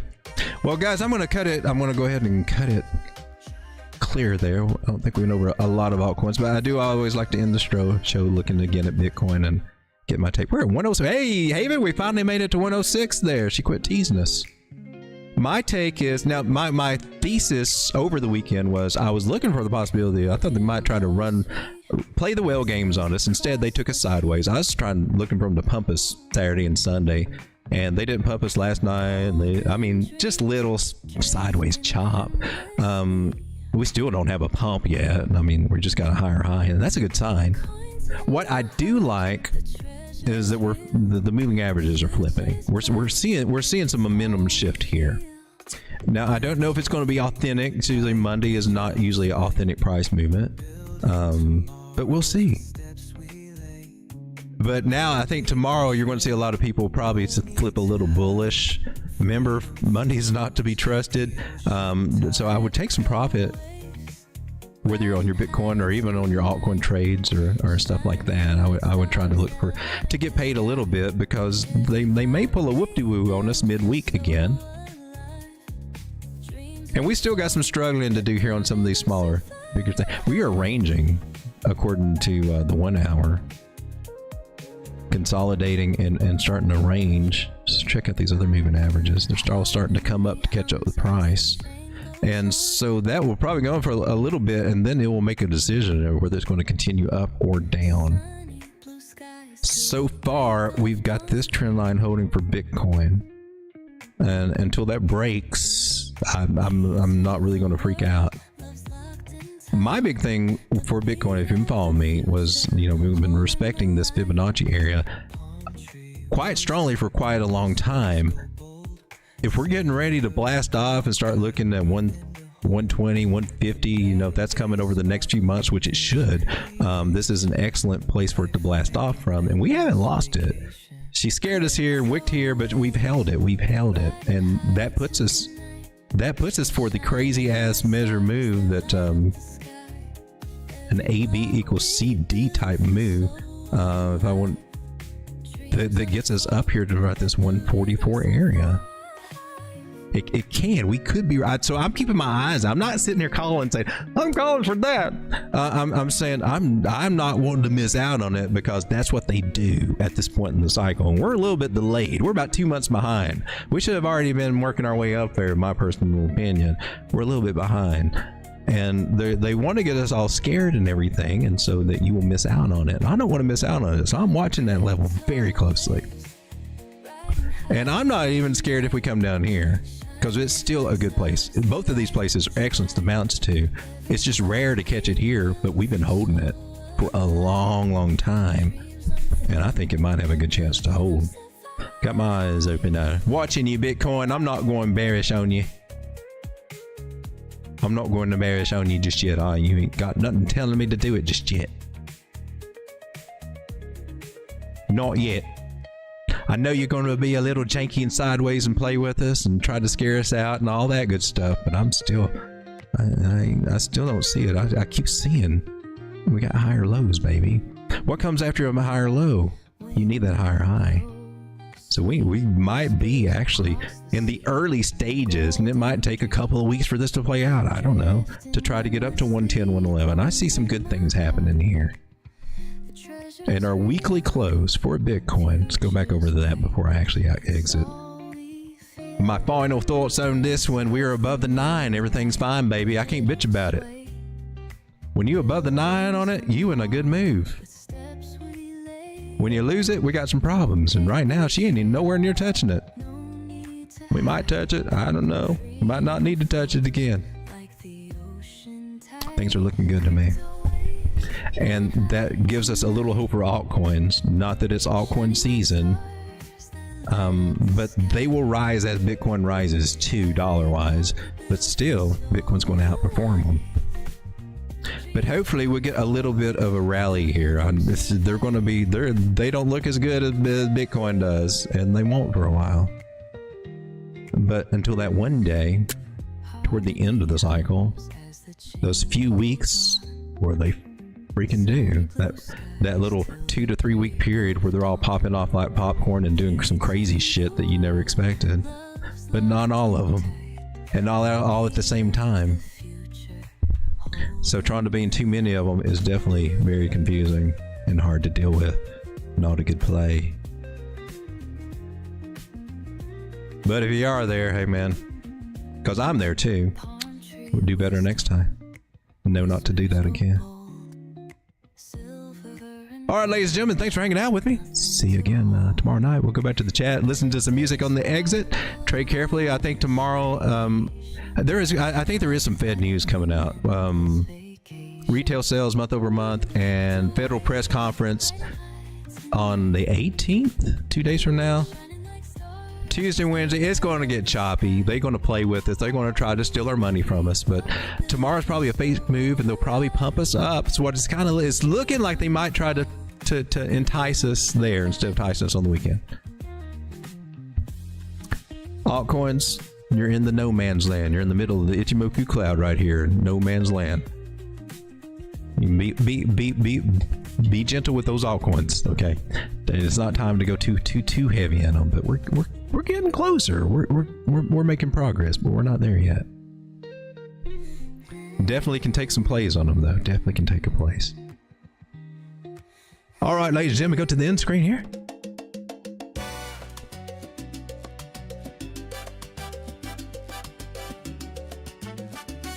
Joe says he's going to get some rest.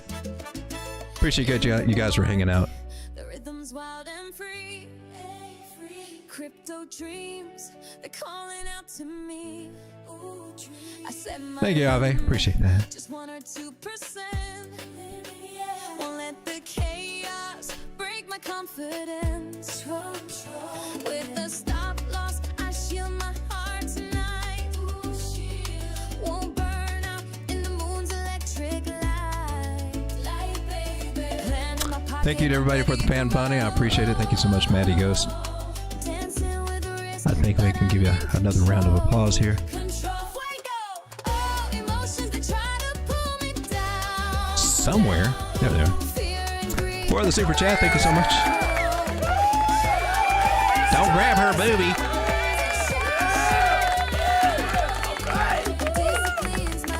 Cassie, don't let them touch your boobies. You guys ain't got nothing to clap at now. I know exactly what you're trying to do. You're trying to grab Cassie's boobies. Get your hands away from my girl's boobies. It's my side chick, Cassie.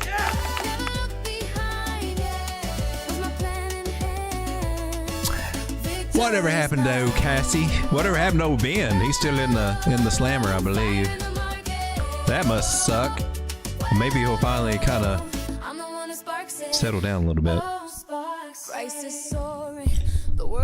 That's what ego will do for you, man. But my cool head keeps me in my place. I dodge the hype, won't follow the crowd.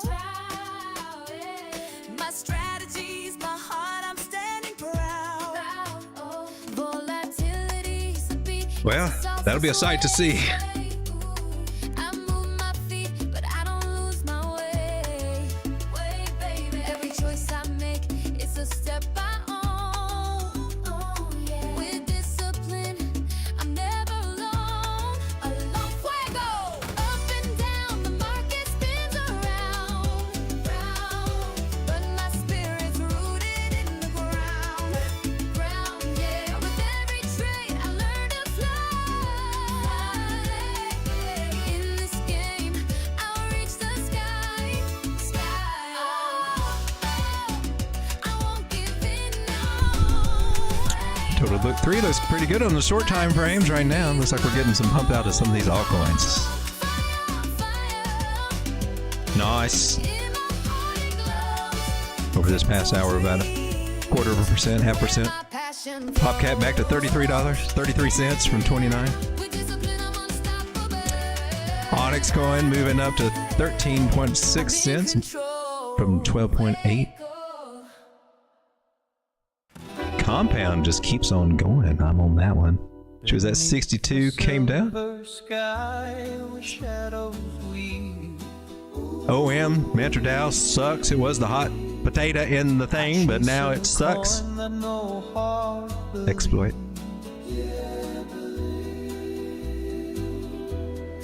Ooh.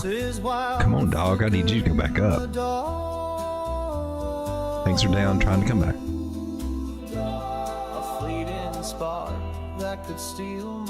Bear chain at a discount. I choose my ground, a platform cold and true. Grass still a discount from 212. This market's a lover, her secrets untold. I would like to see it. The charts hum low, a lonesome serenade.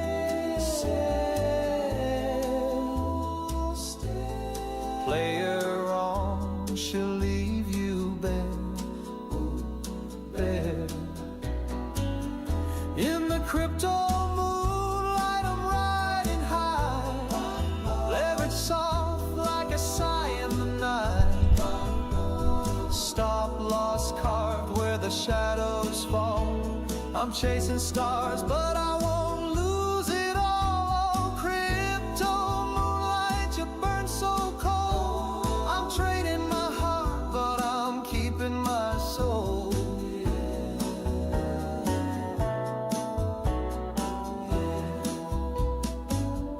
Liquidation looms, a thief in the haze. Margins my guard through these reckless days. I steal my gain slow like a lover's touch.